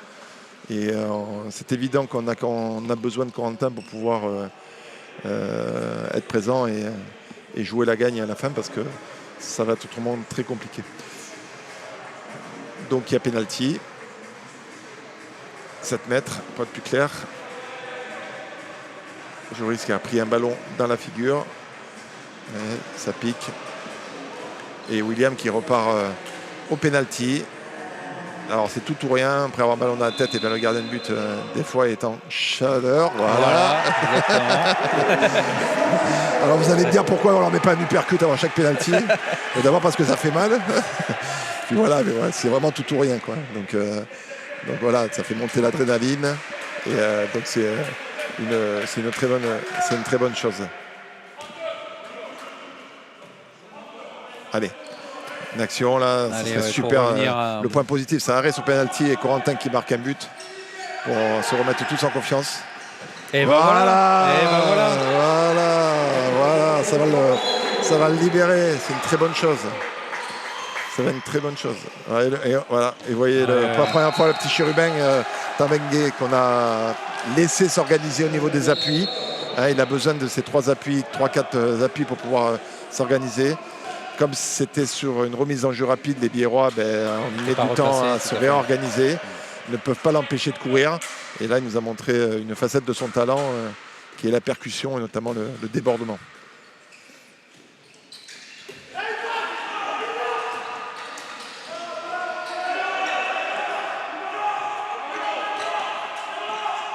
Super. Bien joué. Regardez, vous allez voir, arraché. Si on revoit le ralenti, vous allez voir à quel moment, à quelle distance est le tireur et le gardien de Jérémy. Vous allez voir comme il monte. Regardez, là, il va à l'action. Regardez le gardien de but comme il monte. Il monte. Et à la fin, il n'est plus qu'à moins d'1 mètre de Jérémy. Et il bouge complètement l'angle. Donc merci encore une fois pour le magnifique ralenti. Et c'est la qualité de ces gardiens de but-là qui sont très toniques, très vifs et qui sont excellents dans le timing. C'est-à-dire qu'ils montent ni trop tôt ni trop tard. Et le pivot se retourne à ce gardien de but qui monte vers lui. Et ce gardien croate, qui est en plus excellent depuis qu'ils ont annoncé qu'ils n'allaient pas le garder. Comme souvent les ex-Yougoslaves. Et donc ils sont toujours très bons quand il faut se montrer. Donc, voilà. Très bien, Edu. Mais c'est quand même une magnifique école de gardien de but, la Croatie et les pays slaves d'une façon générale. Parce que c'est des gardiens de but qui sont très joueurs. Et c'est toujours un régal de les voir. Un peu atypique du coup aussi. Ouais. Alors voilà, donc là il faut un changement défensif de la part des Biérois, notez. Donc ils défendent en 1-5 avec Valentin. Alors c'est une 1-5 mais avec Simonet qui met beaucoup de profondeur pour l'empêcher, ce qu'on a vu tout à l'heure, de recourir. Oui, super. C'est plus par rapport aux qualités individuelles de. Ouais, alors, ou alors c'est aussi lié au fait que Nathan est blessé, donc il ne peut plus défendre le numéro 3 avec Jérémy. Il est obligé de mettre Antoine en numéro 2 à gauche. Donc Jérémy, c'est très simple, il est tout seul. Très bien. Jérémy est tout seul en numéro 3. C'est l'effectif biérois qui est léger, mais ça on le sait. Et donc Daniel, vous savez, des fois on a l'embarras du choix et des fois la choix de l'embarras. Mais quand vous n'avez plus qu'un numéro 3, vous ne pouvez pas défendre en 0-6 avec 2 numéros 3. Donc il adapte sa défense et défend avec Valentin qui va défendre devant. Alors forcément, ça va empêcher cette équipe de s'organiser, mais par contre, ça va ouvrir des espaces, notamment qu'on vient de le voir au pivot. Allez, super. Tac, touche. Heureusement, pareil, toujours entre le gardien et le timing, il faut retarder les tirs. Jérémy, c'est-à-dire que... il expose très vite. Voilà, c'est-à-dire que si vous n'êtes pas en capacité à être un petit peu plus patient... Il faut vraiment retarder. Voilà. Super, Edu. Il faut retarder, il faut être patient. Un petit peu comme vous quand je voyais jouer en équipe 3, en équipe 4 à billard-handball. Merci pour et que vous retardiez vraiment mon shoot. Je retardais le temps de ma détente, donc je retardais pas beaucoup. C'est ça. Malheureusement. Voilà. Mais voilà, c'est-à-dire que si vous êtes... Le gardien de but vous met un timing. Si vous êtes dans son timing, ça devient très compliqué. Par contre, si, grâce à une belle extension comme l'a eu Edu, là, vous arrivez à être un peu patient, forcément il y a quelque chose qui s'ouvre. Donc il faut attendre un petit peu, mais bon, c'est facile à dire, d'en haut, c'est beaucoup plus dur. Retour de Nathan du coup pour... Ouais. Tac. Voilà, le compte qui est dommage.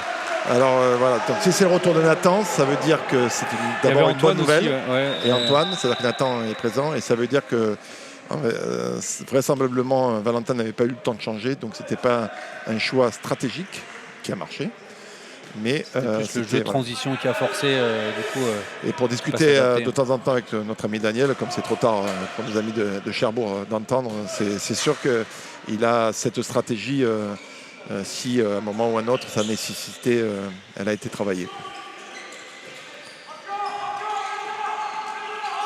Parfait penalty. Penalty. Ouais, penalty. Voilà, très bien. Encore Alors vous une voyez, fois. contrairement à tout à l'heure, Valentin trouve Jérémy, mais parce qu'il l'attaque dans un autre espace. Vous voyez, il s'éloigne de Jérémy, tac. Il oblige le numéro 3 à venir et Jérémy est seul. Je crois que c'est libéré. Ouais. Donc voilà. Donc c'est important parce que les Biérois commencent à faire des petites rotations. Il y a le jeune Mathis Beauchef, centre de formation, une vingtaine d'années, tout jeune, qui vient de rentrer à l'aile droite, qui a été très efficace la semaine dernière à Besançon et qui a fait un 3 sur 3. Et vu les nombres de ballons qu'il y a eu à l'aile, il aura certainement une restabilité à un moment ou à un autre. Ça fait plaisir à tous les amis nantais qui regardent le match parce que c'est un gamin qui sort du pôle espoir de Nantes, qui est vraiment un super gamin. Et à nouveau, vous allez voir la même chose. Et il le branche, il garde un but. Vous voyez. Mais regardez à quel niveau il monte. Vous allez voir, regardez comme il monte.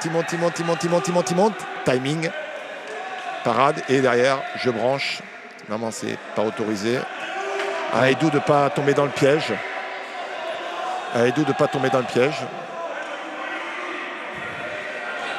Ça va être un joli duel entre Edou, souvent le meilleur buteur biérois, et ce gardien de but qui... ouais. Alors, qu'est-ce que fait Cherbourg? Ils mettent le plus grand joueur, je vous rappelle 2-12, 130 kg pour ceux qui viennent d'arriver, sur le plus petit biérois, ce qu'on appelle dans l'espace 1-2, et c'est quasiment indéfendable pour Edou. Ouais, parce que même s'il passait devant lui, il le mettrait en l'air. Donc c'est vraiment très compliqué de... Voilà, super, parfait, super. Très bien. Les Biérois sont présents. C'est vraiment un match très heureux que les spectateurs voient ce match-là parce qu'on est resté un peu sur notre faim sur les matchs du mois d'octobre-novembre. Et là, ça fait vraiment plaisir de le voir à ce niveau-là.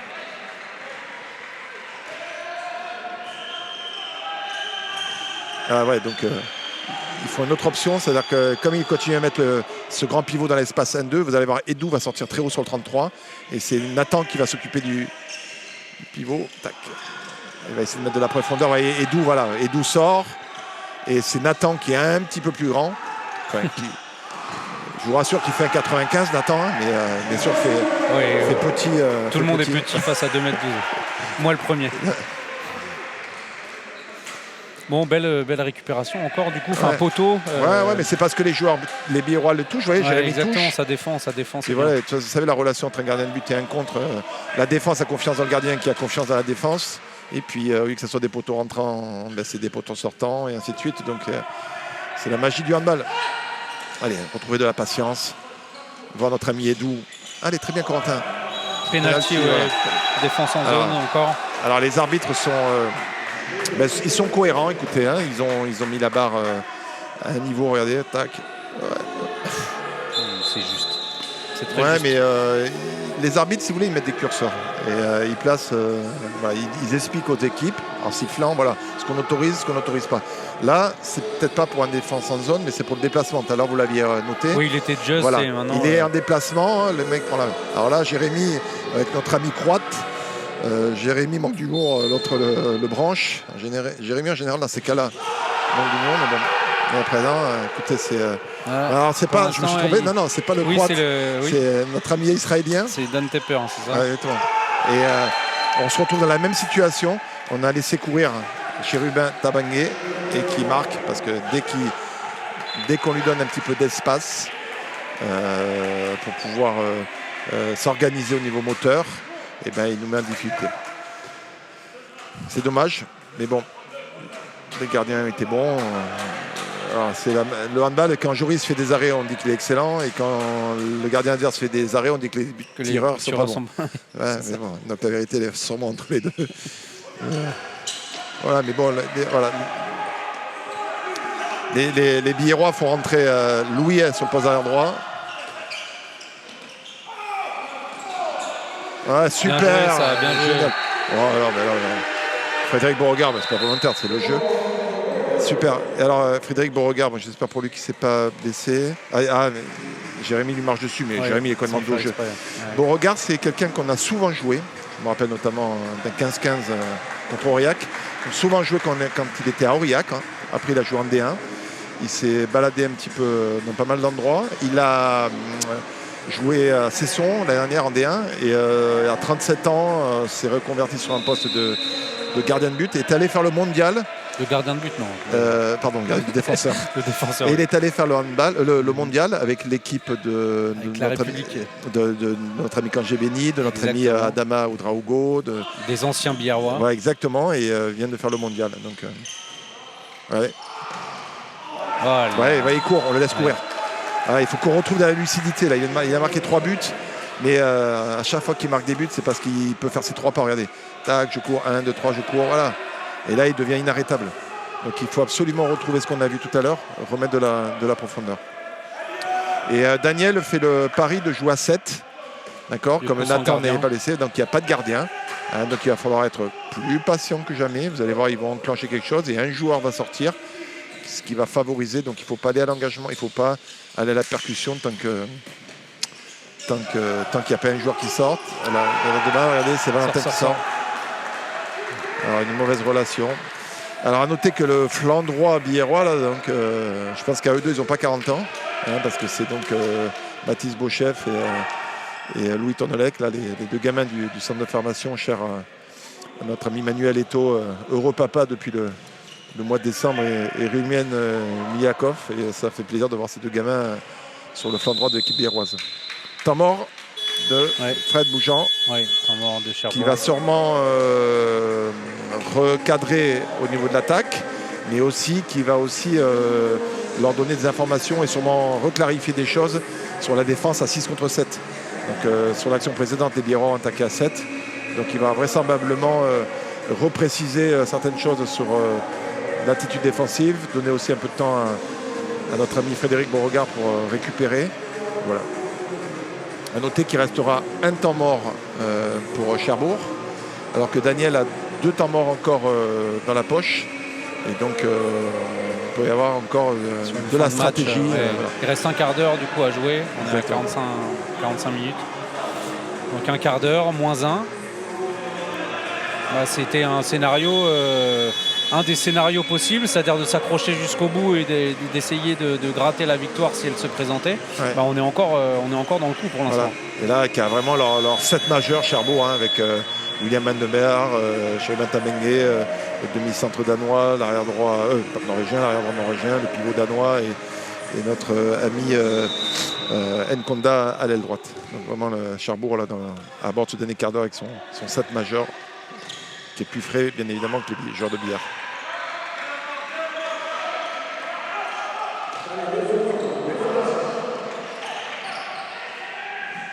Très bien, super, bien défendu, parfait Joris. Ouais, belle défense, parfait Joris. Bien aller sur l'extérieur, bien fermé l'angle. On a remis de la profondeur sur Tabengue et qui a fait qu'il n'a pas pu aller au shoot, il a dû libérer, il avait une course latérale. Allez, c'est important de valider. Les Biérois réattaquent à 7. L'entraîneur de Cherbourg vient de leur expliquer sûrement comment défendre à 7. Donc si les Biérois malgré ça arrivent à les contrer, ça sera une super nouvelle. Donc vous voyez, il travaille, vous allez voir un joueur qui va sortir. En général, c'est Valentin Doudou qui est sur ce poste-là. Valentin a commencé à sortir. Penalty encore. Donc bonne option. Qui est-ce qui va aller? Notre ami Edou. Notre ami Edou et qui va se... Est-ce qu'il va y aller après cette branchée Ouais, c'est Edou qui va y aller, je pense quasiment à coup sûr. Ou Corentin. Non, je pense que c'est Edou. Non, Corentin, super. Corentin. Voilà. Ça fait un 3e joueur à brancher peut-être pour le gardien. Non, mais c'est pas celui-là qui est branché, c'est le Croate. On croit que c'est lui, mais c'est le gardien israélien qui rentre sur le penalty et notre gardien croate. Aïe. Ouais, il la touche. Hein. Ouais, il la touche. Ouais. Il la touche. Donc, tac. Manque de réussite. Hein. Bah, il y a eu des poteaux aussi tout à l'heure, mais il baisse un petit peu au niveau de l'intensité. Mais les Biérois sont vraiment présents. Il reste 13 minutes. 13 minutes, il faut être présent. C'est bien, il faut y croire, il faut s'accrocher. Voilà, et aussi un poteau nord, elle sera récupérée.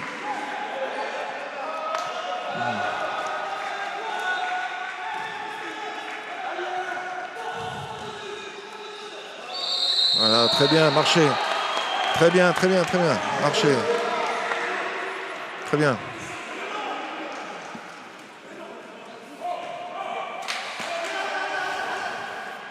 Je dis très bien, je ne suis pas sûr on parlait tout à l'heure de Loïc Weber qui doit écouter, regarder le match est d'accord avec moi.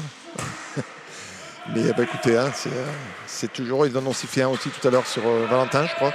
Donc c'est toujours cohérent sur ce que les arbitres proposent. Ça va être capital de marquer le prochain but, montrer que... Non, à côté. Ah, dommage. Ouais. Les filets ont tremblé, j'y ai cru. Non, extérieur. Il a un tir très rapide. Ah, il faut le toucher là. Il faut le toucher. Voilà, très bien. Ils sont là, les Virois. Très bien. Ah bon, regardez. Jérémy. Regardez. Alors la particularité avec ces joueurs, c'est que même quand ils ne sont pas tout seuls, on peut les trouver. Vous voyez, avant, un pivot avait besoin de se démarquer. Mais regardez là, le gars, il est derrière Jérémy. Il est derrière Jérémy. Et malgré ça, il arrive à la balle. Donc c'est des joueurs qui créent des nouveaux espaces. À l'image de Christophe Pans qui joue aussi au PSG, l'arrière droit de 2,14 m, qui est vraiment un joueur de taille, parce que ces joueurs-là aussi ont de la motricité, attrape la balle d'une main et ainsi de suite. Avant, on avait des fois des très grands joueurs comme ça, mais qui avec des fois des poteaux presque. Ouais, voilà, mais le problème, c'est que ça acquiert de la motricité, ça défend. Vous voyez, c'est vraiment un joueur qui est intéressant, et qui est jeune, parce qu'il a 25 ans. C'est sa première expérience. Et les deux Norvégiens et lui viennent du club d'Elverum, c'est le club danois où joue Lucas Ballot. C'est des joueurs. C'est des joueurs l'année dernière, ils jouaient contre Barcelone en Champions League. Donc, mais cette année aussi, ils sont. Ouais, mais plus ceux-là. Oui, mais c'est vrai qu'ils sont encore en Champions League. Mais c'est vrai que ces joueurs-là, le pivot et l'arrière droit, l'année dernière jouaient en première division norvégienne et en Champions League en milieu de semaine. Donc fatalement, il y a de l'expérience.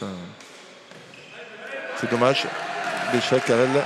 Balle de +3 là, ça peut être... +3. Ouais. On est moins présent en défense. Moins présent, moins dynamique. Pivot expérimenté, c'est lui qui marque le but quand il faut. On ne l'a pas trop vu. Et c'est Daniel donc, qui prend le temps mort. Mais les Biérois ont déjà été à moins 3. Souvenons-nous, ils étaient menés 6-3. Donc, voilà. Là, de toute façon, c'est clair, il faut redynamiser en défense et retrouver du rythme. Alors maintenant, de toute façon, il reste une dizaine de minutes, donc il ne faut plus calculer au niveau de la dépense d'énergie. Il faut se mettre dans le rouge. Donc il faut défendre fort, pousser les ballons et retrouver un maximum d'énergie sans avoir réfléchi. On sait très bien que les joueurs en face sont plus frais, mais c'est comme ça, c'est pas autrement. Et il faut que les jeunes Biérois ne lâchent rien.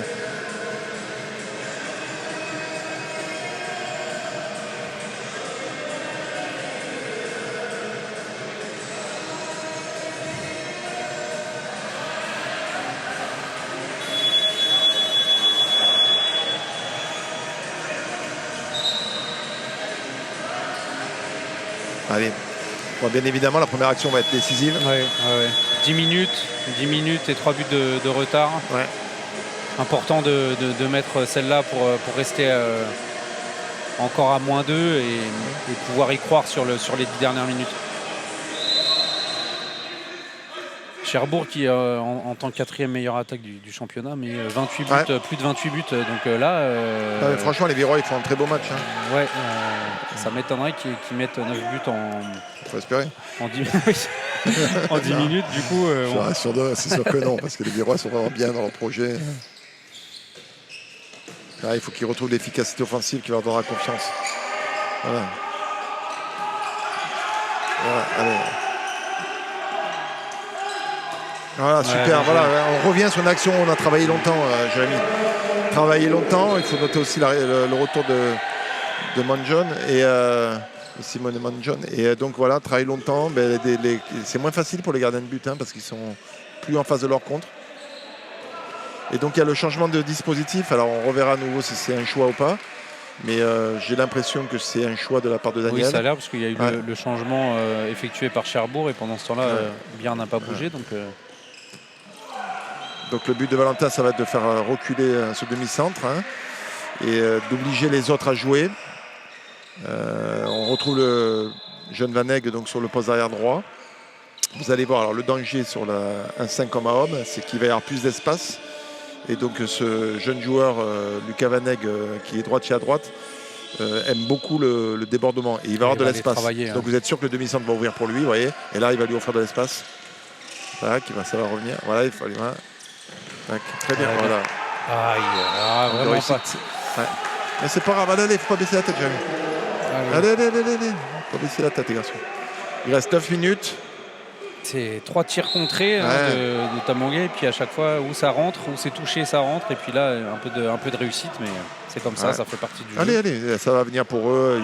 Eux aussi vont avoir de la réussite en étant proches et ainsi de suite. Donc ça va jouer au près. Il ne faut pas s'impatienter.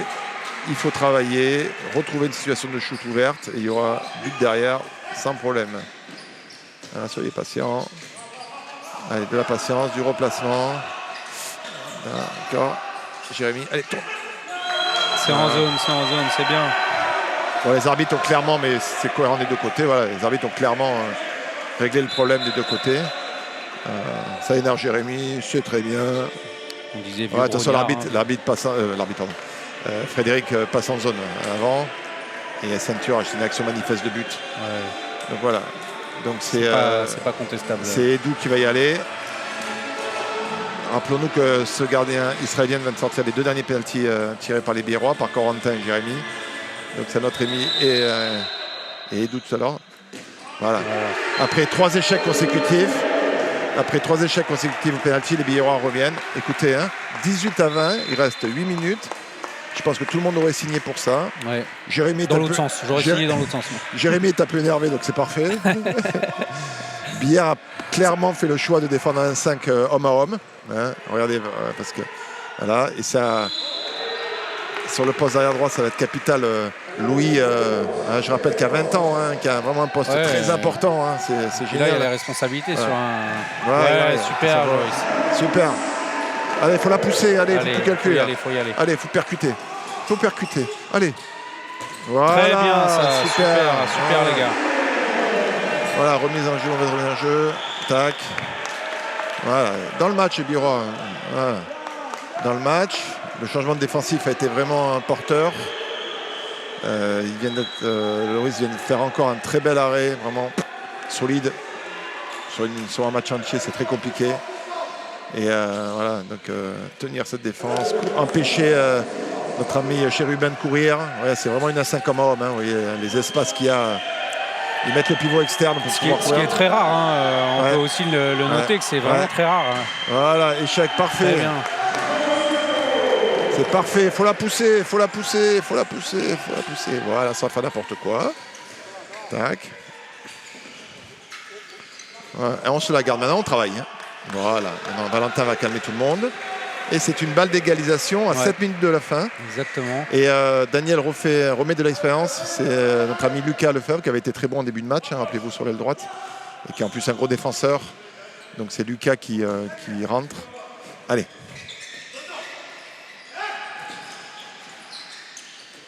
Allez, encore du jeu, de la patience. Du jeu. Bras levés. Allez. Oh, vraiment de manque de réussite. Passe au gardien quand même. Ouais. Bon, écoutez, les arbitres ont jugé que c'était dans le jeu, c'est logique aussi. Tac. Vous voyez les espaces. Manjon qui défend très bien. Voilà. Écoutez, là les Biérois ils défendent bien parce que Louis, les 2 numéros 2, c'est donc Louis et Simonet, ils ont vraiment beaucoup d'espace, les mecs les joueurs qui les défient. Et voilà, donc l'entraîneur, comme Chérubin Tabengue portait beaucoup la balle et fait rentrer l'arrière gauche israélien. Et balle dedans. Bien défendu encore. Ouais, donc il y a une base arrière, regardez, dynamique. Ils prennent très bien Lucas Van Egg. Alors il attaque mal, pourvu que ça dure le plus longtemps. La même chose, la même faute que tout à l'heure. Non, ça s'inverse, mais tout à l'heure il l'a pas vu, là ils l'ont vu. Ils ont raison si elle y est, donc ils ont raison de sanctionner les arbitres, il n'y a pas de souci. Tac, il va lui toucher au visage.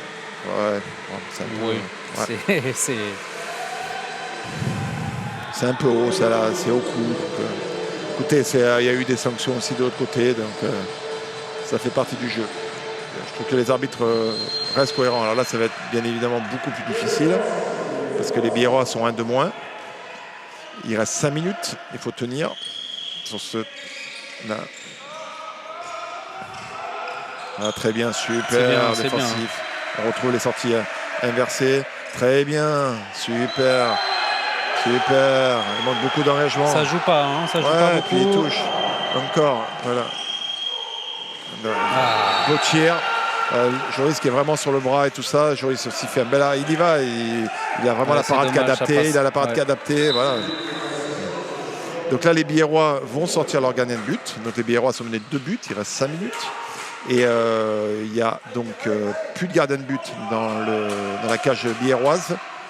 Et donc du 6 contre 6. Il va falloir travailler, ne pas se précipiter, dire à Louis qu'il faut être un petit peu patient. Voilà, c'est pour ça que Simonet, lui, va au coup franc pour gagner un petit peu de temps. Et un joueur va sortir, vous allez voir quelqu'un, un bleu qui va sortir très vite pour pouvoir faire la rotation. Quand la combinaison est partie. C'est Edou qui vient de sortir. Et là, il va falloir que quelqu'un aille au tir car il a le bras levé. Allez, qui c'est qui va y aller? Il n'y a pas le choix. Il faut tirer, mon ami Louis. Super. Ouais, super Louis, franchement. Quel beau jeune joueur. Match, hein. Je peux vous dire qu'il a re-signé et que c'est une très bonne chose pour Billard Handball qui re-signe parce qu'il y a des gens bien intentionnés, à juste titre, qui commençaient à l'observer. Et franchement, être arrêté, monter, shooter, coin court, ben, c'est vraiment beaucoup de talent. Donc vraiment bravo à lui. Et puis la perf défensive aussi, Ouais. qu'on voit moins. C'est ça, il défend. Et il défend. Qui est super importante aussi. Et puis c'est important, vous savez, pour les jeunes joueurs, parce que quand une équipe comme Billard, par choix et par non-choix, mais et aussi c'est l'ADN de Daniel. Hein. Daniel a cet ADN en lui de vouloir faire confiance à des jeunes joueurs. Et bien quand des jeunes joueurs ont du temps de jeu, et ben ça prouve qu'il y a de la place à prendre, mais il faut vraiment beaucoup travailler pour pouvoir y arriver. Je peux vous garantir que Louis travaille beaucoup, mais c'est aussi une chance pour tous ces jeunes joueurs du Sud-Ouest de pouvoir venir gagner du temps de jeu ici, quoi.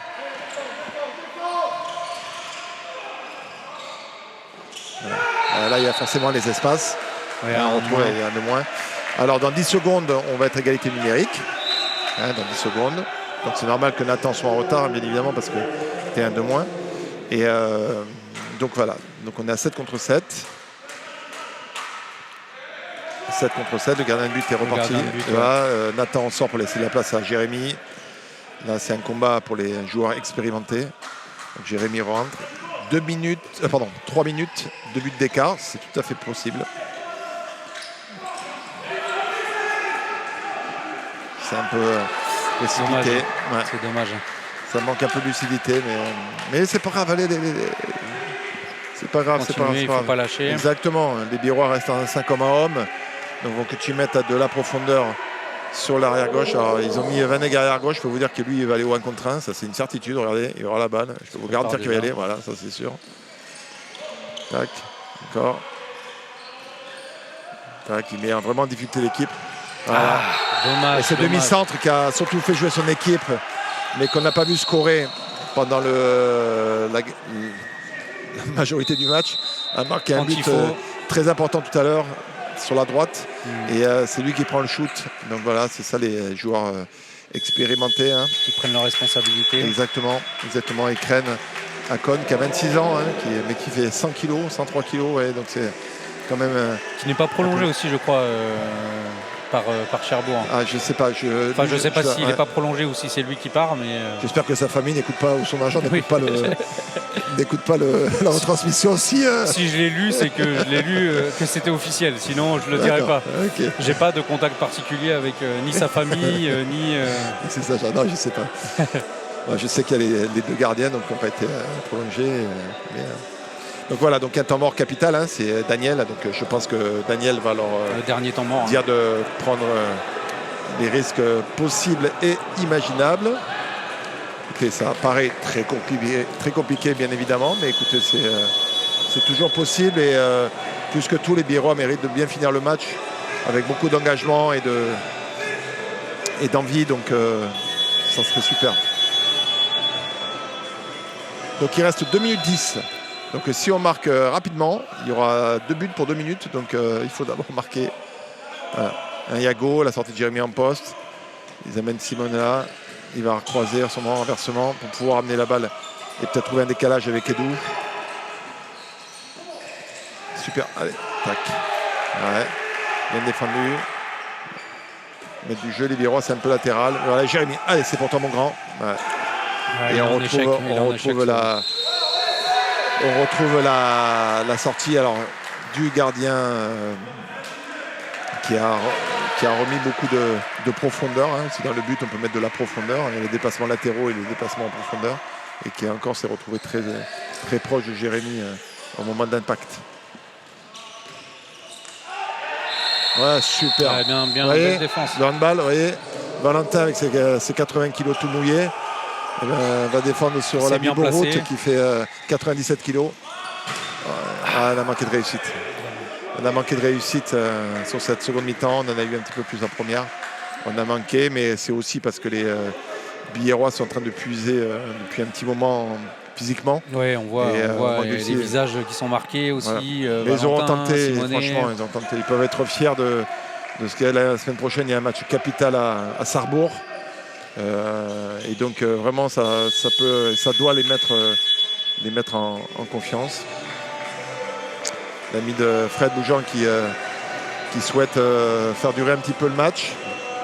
Travaille, hein, c'est quelqu'un qui travaille beaucoup, donc bien évidemment on peut se dire pourquoi il prend le temps mort à quelques secondes de la fin alors que c'est fini, mais c'est vraiment quelqu'un qui galvaude pas le travail. Et regardez, il est en train d'utiliser ce moment et il en fera référence sûrement dans un match où ça se jouera. C'est une préparation pour d'autres aussi, d'autres matchs et d'autres moments. En train de leur dire sûrement il reste 20 secondes, on est mené d'un but, c'est une balle d'égalisation. On va se retrouver dans cette situation-là. Voilà, on fait quelque chose. Est-ce que l'équipe, malgré l'euphorie, est capable de se fédérer sur un projet et ainsi de suite. Donc les entraîneurs, ils marquent leur territoire envers l'adversaire, mais aussi envers leurs joueurs tout au long de circonstances de match, d'entraînement, dans le bus, lors des repas, et ainsi de suite. Il y a des échanges et compagnie. Et il montre à son équipe qu'il ne lâche pas, quoi. Il reste 50 secondes.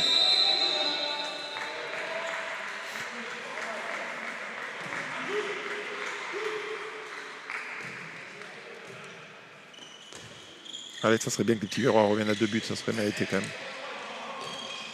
Beaucoup de balles portées. Passer en force. Allez, pour finir à 2 buts, ça serait magnifique. Allez mon petit Lucas, c'est pour toi. Et c'est voilà, super. Enfin, super. Voilà. Bon. C'est dommage, c'est bien. Dommage, voilà, mais 20 secondes, il reste 20 secondes. Donc c'est impossible là que Cherbourg perde de ballon en 20 secondes, 10 secondes. Voilà. Bon, ce qui serait bien, c'est qu'il n'y ait pas de but. Comme ça, tout le monde serait content. Et Biérois finira à 2 buts. Allez, il faut aller le toucher. Il faut le toucher, il n'y aura pas de fois. Il faut le toucher, c'est fini. Super. Voilà. Écoutez, Jérémy, félicitations à l'équipe de Billère et félicitations à l'équipe de Cherbourg qui a fait un match un peu plus laborieux que la semaine dernière à Nancy, mais franchement, ils méritent leur victoire, même si les Biérois aussi l'auraient mérité. Au milieu, William Mannebar qui avait été un excellent danseur aussi pendant ces 2-3 ans Billère handball et avait fréquenté de nombreuses discothèques biéroises et paloises. Donc le nom. C'est un clin d'œil. C'était quelqu'un de très sérieux. Il nous a montré qu'il avait toujours son pas de danse légendaire. Mais voilà, vraiment une très belle victoire. Pas leur mettre une pression particulière, mais franchement, ça fait 2 fois que je les vois en une semaine. C'est vraiment une équipe qui est complète. Ça se voit qu'il y a vraiment des valeurs de travail. Il y a des joueurs, 2 joueurs au poste, mais qui sont complémentaires, avec des profils différents. Donc on ne peut que leur souhaiter de continuer comme ça. Et nos amis biérois, ils ont montré beaucoup d'envie, beaucoup d'engagement, beaucoup de progrès défensifs, beaucoup de progrès dans leur jeu offensif.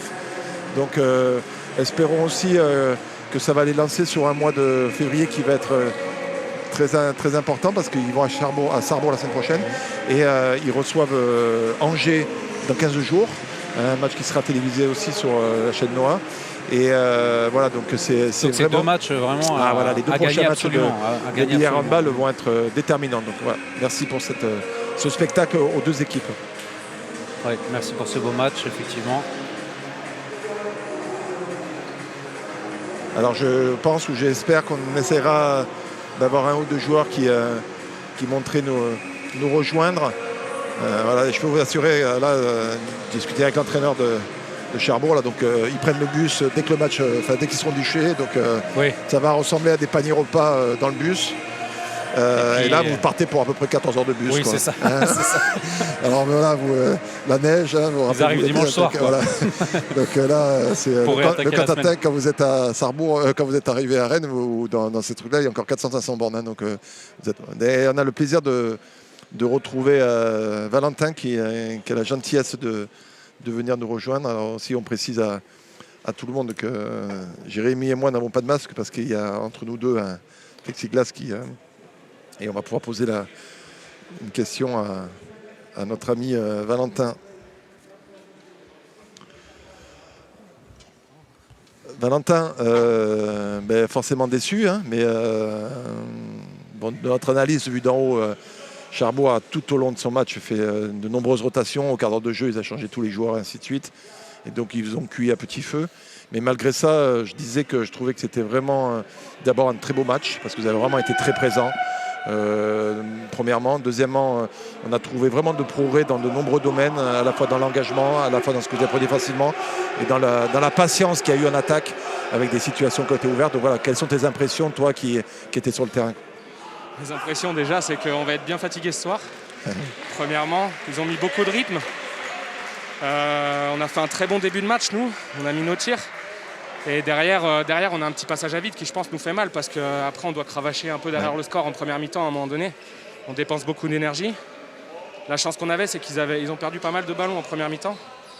Et on a bien su en profiter. Et après, en deuxième, honnêtement, on s'est battu jusqu'au bout. Je pense que les solutions en attaque, on les avait. Notre défense était en place. C'est juste qu'on a un peu buté sur leur gardien. Mais on n'est pas passé loin quand même du gros coup ce soir. Et bon, c'est dommage. Mais au moins, j'espère qu'on a fait plaisir aux gens qui ont regardé le match, contrairement aux précédents matchs à domicile, notamment Ponto et Saran, où les prestations étaient quand même beaucoup moins abouties, quoi. Non mais c'est clair, donc c'est pour ça que je soulignais aussi avec le président Lafitte à la mi-temps qu'on oublie aussi que vous avez eu une préparation au mois d'août qui a été complètement, excusez-moi du terme, merdique, hein, avec le Covid, les matchs amicaux. Et là par contre inversement, vous avez eu vraiment une belle préparation avec de la réussite au niveau du Covid, avec des matchs amicaux dans lesquels vous êtes réussis. Et là franchement, on trouve que l'équipe, avant 2 matchs qui vont être capitaux à Sarrebourg et la réception d'Angers, on trouve que vraiment l'équipe elle est beaucoup mieux ensemble, en osmose. On est super soudés entre nous. De toute façon, pour gagner des matchs en Pro League, il n'y a pas 35 000 façons de les gagner, c'est être bien solidaire. Avoir une grosse défense. Ce soir, on a une défense énorme, avec un Joris derrière qui a fait des arrêts. Et non, tout va bien dans le groupe. En plus, le coach a été très intelligent sur cette semaine. On revenait de Besançon. Il a un peu allégé. Il a dit que ça allait jouer sur la fraîcheur aussi et sur l'énergie. Et ce soir, on a tenu 60 minutes contre une des équipes qui met le plus de rythme dans la poule. Avec un effectif qu'on a qui est pas, on n'a pas tous les postes qui sont doublés, quoi. Donc c'est de très bon augure. Ça nous donne de la confiance pour les matchs qui vont arriver. Maintenant, voilà, notre vrai championnat, c'est comme tu as dit, c'est les 2 prochains matchs. Hein. C'est pas, si on pouvait gagner celui-là, c'était un bonus. Mais notre saison, elle va se jouer sur les 2 prochains matchs et ceux qui vont arriver après contre les concurrents directs. Alors si, juste pour finir, pour sourire, si le coach a peut-être été intelligent cette semaine, c'est parce que la cinquantaine lui va très bien et que depuis qu'il a franchi ce cap... Il était un peu fatigué apparemment en venant de Besançon. On a bu un petit coup après la victoire, donc je pense que c'est pour lui qu'il a allégé la semaine aussi. Très bien, merci à toi Valentin. Merci et on te suivra la semaine suivante. Super, merci, on a le plaisir de recevoir Fred Bougeant, donc on va te proposer de passer ici Fred. Et juste te mettre d'un côté ou de l'autre, autrement tu vas avoir la tête qui va être coupée en 2 dans ce qu'on sera à l'antenne. Déjà te remercier de monter nous voir. Écoute, pas te mettre la pression plus que ça, mais peut-être que tu réécouteras. On trouvait vraiment que ton équipe avait vraiment fière allure. Ça ressemblait vraiment à une équipe avec une relation avec le banc et ainsi de suite très intéressante, des rotations, des complémentarités entre des joueurs et ainsi de suite. Donc bravo pour cette victoire qui je pense était méritée et revenir sur cette semaine avec ces 2 matchs, la victoire à Nancy et quand vous êtes parti de Cherbourg il y a une dizaine de jours, je pense que c'était un jalon important dans votre saison. Donc comment tu as passé cette semaine et comment notamment ce match-là aujourd'hui? On sent que tu es un ancien entraîneur, tu as plein de questions en même temps. Hein. Bon, en tout cas, merci. Tout d'abord, félicitations à Billière qui a fait un match plein, engagé, comme on l'avait imaginé. De notre côté, un peu émoussé sur la continuité du jeu en attaque par rapport à ce qu'on aurait souhaité faire. Maintenant, on a fait une très grosse semaine Comme tu l'as dit, on a fait une très grosse semaine sur le plan comptable, puisqu'on a pris les points à Nancy et on prend les points ce soir. Et puis surtout, on a fait une très grosse semaine sur la dimension humaine, sur le travail. Ça m'a permis de remettre une petite charge quand même, parce que j'aime bien. Donc on a beaucoup travaillé à Limoges. Ça explique peut-être un petit peu le manque de fraîcheur à un moment donné dans l'entame de match, avec beaucoup de pertes de balles sur la première partie du match. Maintenant, je suis presque... Très honnêtement, je suis presque satisfait d'avoir ce genre de match-là à ce moment-là de la saison. Voilà. J'avais dit que je n'étais pas totalement satisfait de notre secteur défensif sur le mois de janvier et puis sur la reprise même à Nancy. Je trouve que défensivement, il y avait 4-5 buts qu'on aurait pu enlever. Je suis très content de faire un match en fait ce soir à 21 buts, voilà, pour être très honnête. Parce que je pense que si on veut continuer à bien voyager, on est à 6 sur 7 je crois à l'extérieur. Si on veut continuer à bien voyager, ça passe par des performances défensives solides. Il ne faut pas oublier le modèle de la Pro League. Il faut d'abord être très très bon derrière. Sur les dernières semaines avant la trêve, on a été parfois insolent de réussite en attaque, fluide. Voilà. Ça ne sera pas toutes les semaines comme ça. Et ce match-là nous le rappelle. Et je pense que c'est un match qui va nous faire du bien pour la suite parce qu'il a fallu s'employer. Il a fallu être bon défensivement. Et puis, il y a une gestion du money time qui est assez importante pour la suite de la saison parce qu'on le voit avec je crois que Nancy a perdu ce soir. Voilà, il va y avoir des matchs, des tournants, des virages dans ce championnat. Et les équipes qui vont bien contrôler les derniers ballons prennent des points importants pour la suite. Donc je suis très très content, même si dans le contenu, forcément, on n'a pas donné notre meilleure prestation ce soir. On a fait un match courageux dans une salle qui est difficile à prendre. Très bien. Et je vais te poser une question un peu plus générale qui moi, m'intéresse personnellement. J'ai expliqué au cours de la retransmission ton parcours. Jusqu'à maintenant, on a souvent vu on a vu quelquefois des entraîneurs, après avoir entraîné des garçons comme Laurent Bezeau, comme Thierry Vincent, comme Christophe Mazel, et j'en oublie sûrement d'autres, faire du super travail dans le secteur féminin. Toi, tu as fait le chemin inverse. Avec succès, parce que je répète, je trouve que ça a vraiment pris très vite et félicitations à toi. Qu'est-ce que tu pourrais nous dire est-ce qu'il y a vraiment une différence? Qu'est-ce que tu pourrais nous dire de ce passage-là et de ta sensibilité par rapport J'ai beaucoup échangé avec les gens que tu viens de citer, Eric Maté aussi, voilà, qui a fait Besançon qui m'ont donné beaucoup de conseils sur la transition, Dragan Zovko, des gens qui ont switché entre les deux. Les différents retours ont l'air d'être assez unanimes. C'est un petit peu plus simple quand tu passes des filles vers les garçons plutôt que de passer des garçons vers les filles où ça nécessite une période d'adaptation qui est quand même importante. Moi, c'est vrai que j'ai l'impression que ça s'est plutôt bien passé. Il m'a fallu bien comprendre la charge de travail. Il m'a fallu bien comprendre ce qui peut animer la vie d'un groupe masculin, qui n'est pas du tout la même chose qu'un groupe de filles. Mais il y a une individualisation dans le travail féminin qui est totalement différente. Et je pense qu'aujourd'hui, c'est une plus-value justement dans l'enchaînement des matchs qu'on a sur la saison Covid, où on a eu des cycles de 3 matchs la semaine, on a eu des enchaînements où là, on a enchaîné à Dijon, à Besançon. Là, on a joué dimanche, on enchaîne vendredi. Je pense que mon parcours avec des matchs européens, avec des matchs rapprochés, m'aide beaucoup dans la gestion de l'équipe aujourd'hui. Et ensuite, je pense que je suis privilégié. J'ai un groupe de garçons vraiment sympathiques à driver. Il y a beaucoup d'échanges entre nous. Ils m'apportent l'expérience que moi, je n'ai pas dans le handball masculin. Ça a nécessité beaucoup de travail de ma part puisque j'ai coupé tous les matchs de Cherbourg l'année dernière. J'ai regardé tous les matchs de championnat. Voilà, il y a eu beaucoup de travail vidéo pour essayer de compenser le retard que je pouvais avoir sur le handball garçon. Pour pas tirer des conclusions hâtives, voilà, parce que je voulais m'imprégner du contexte de la Pro League. Donc il y a eu beaucoup d'échanges. Voilà. Ensuite, bien évidemment, pour moi, ce n'est pas le même sport. C'est pas la même façon d'entraîner, c'est pas la même gestion de l'activité. Voilà, c'est un métier qui est totalement différent. Et du coup, après 25 ans chez les filles, c'est hyper rafraîchissant pour moi d'entraîner les garçons. Et je pense aussi que ton passage dans le handball international, notamment en Russie, je ne sais pas combien il y avait d'étrangers ou de nationalités différentes, fait que tu as les outils que très très peu d'entraîneurs français ont, parce que j'ai rappelé et signifié que c'était très rare des entraîneurs qui finissaient dans les meilleurs clubs mondiaux autres que français. Oui, mais je pense qu'il y en a beaucoup qui ont la possibilité et le potentiel pour le faire. Il faut juste sortir un petit peu du confort à la française. Et parler anglais. Parce que c'est pas le point fort. C'est pas le point. C'est vrai que j'ai la chance c'est pas le point fort un peu d'espagnol.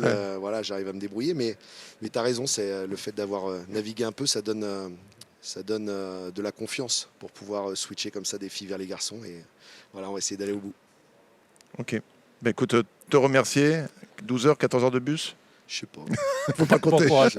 Quand on aime, on compte pas. Si je te disais les déplacements que j'ai fait en Russie. Ouais, Celui-là, il va aller vite. Ok. Merci à tous. Bonne Merci soirée. à toi en tout cas. Merci, Et vraiment. bonjour à tous les amis de Normandie. Très bien. Et Jérémy, je te laisse conclure. Exactement, je conclus.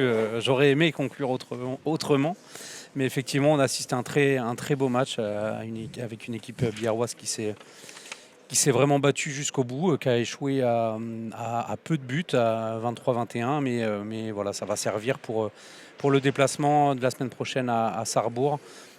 Et puis pour la réception d'Angers ensuite. Donc n'oubliez pas les prochains rendez-vous, vous pouvez aller sur la page Facebook donc du coup pour voir les dates exactes des prochains rendez-vous. Et donc les 3 prochains matchs au Sporting Day seront retransmis sur France 3 Noix. Voilà, merci à tous de nous avoir suivis. J'espère que vous nous avez supportés et que vous serez nombreux au prochain rendez-vous. Merci beaucoup. Bonne soirée à tout le monde. Bonne soirée à tous.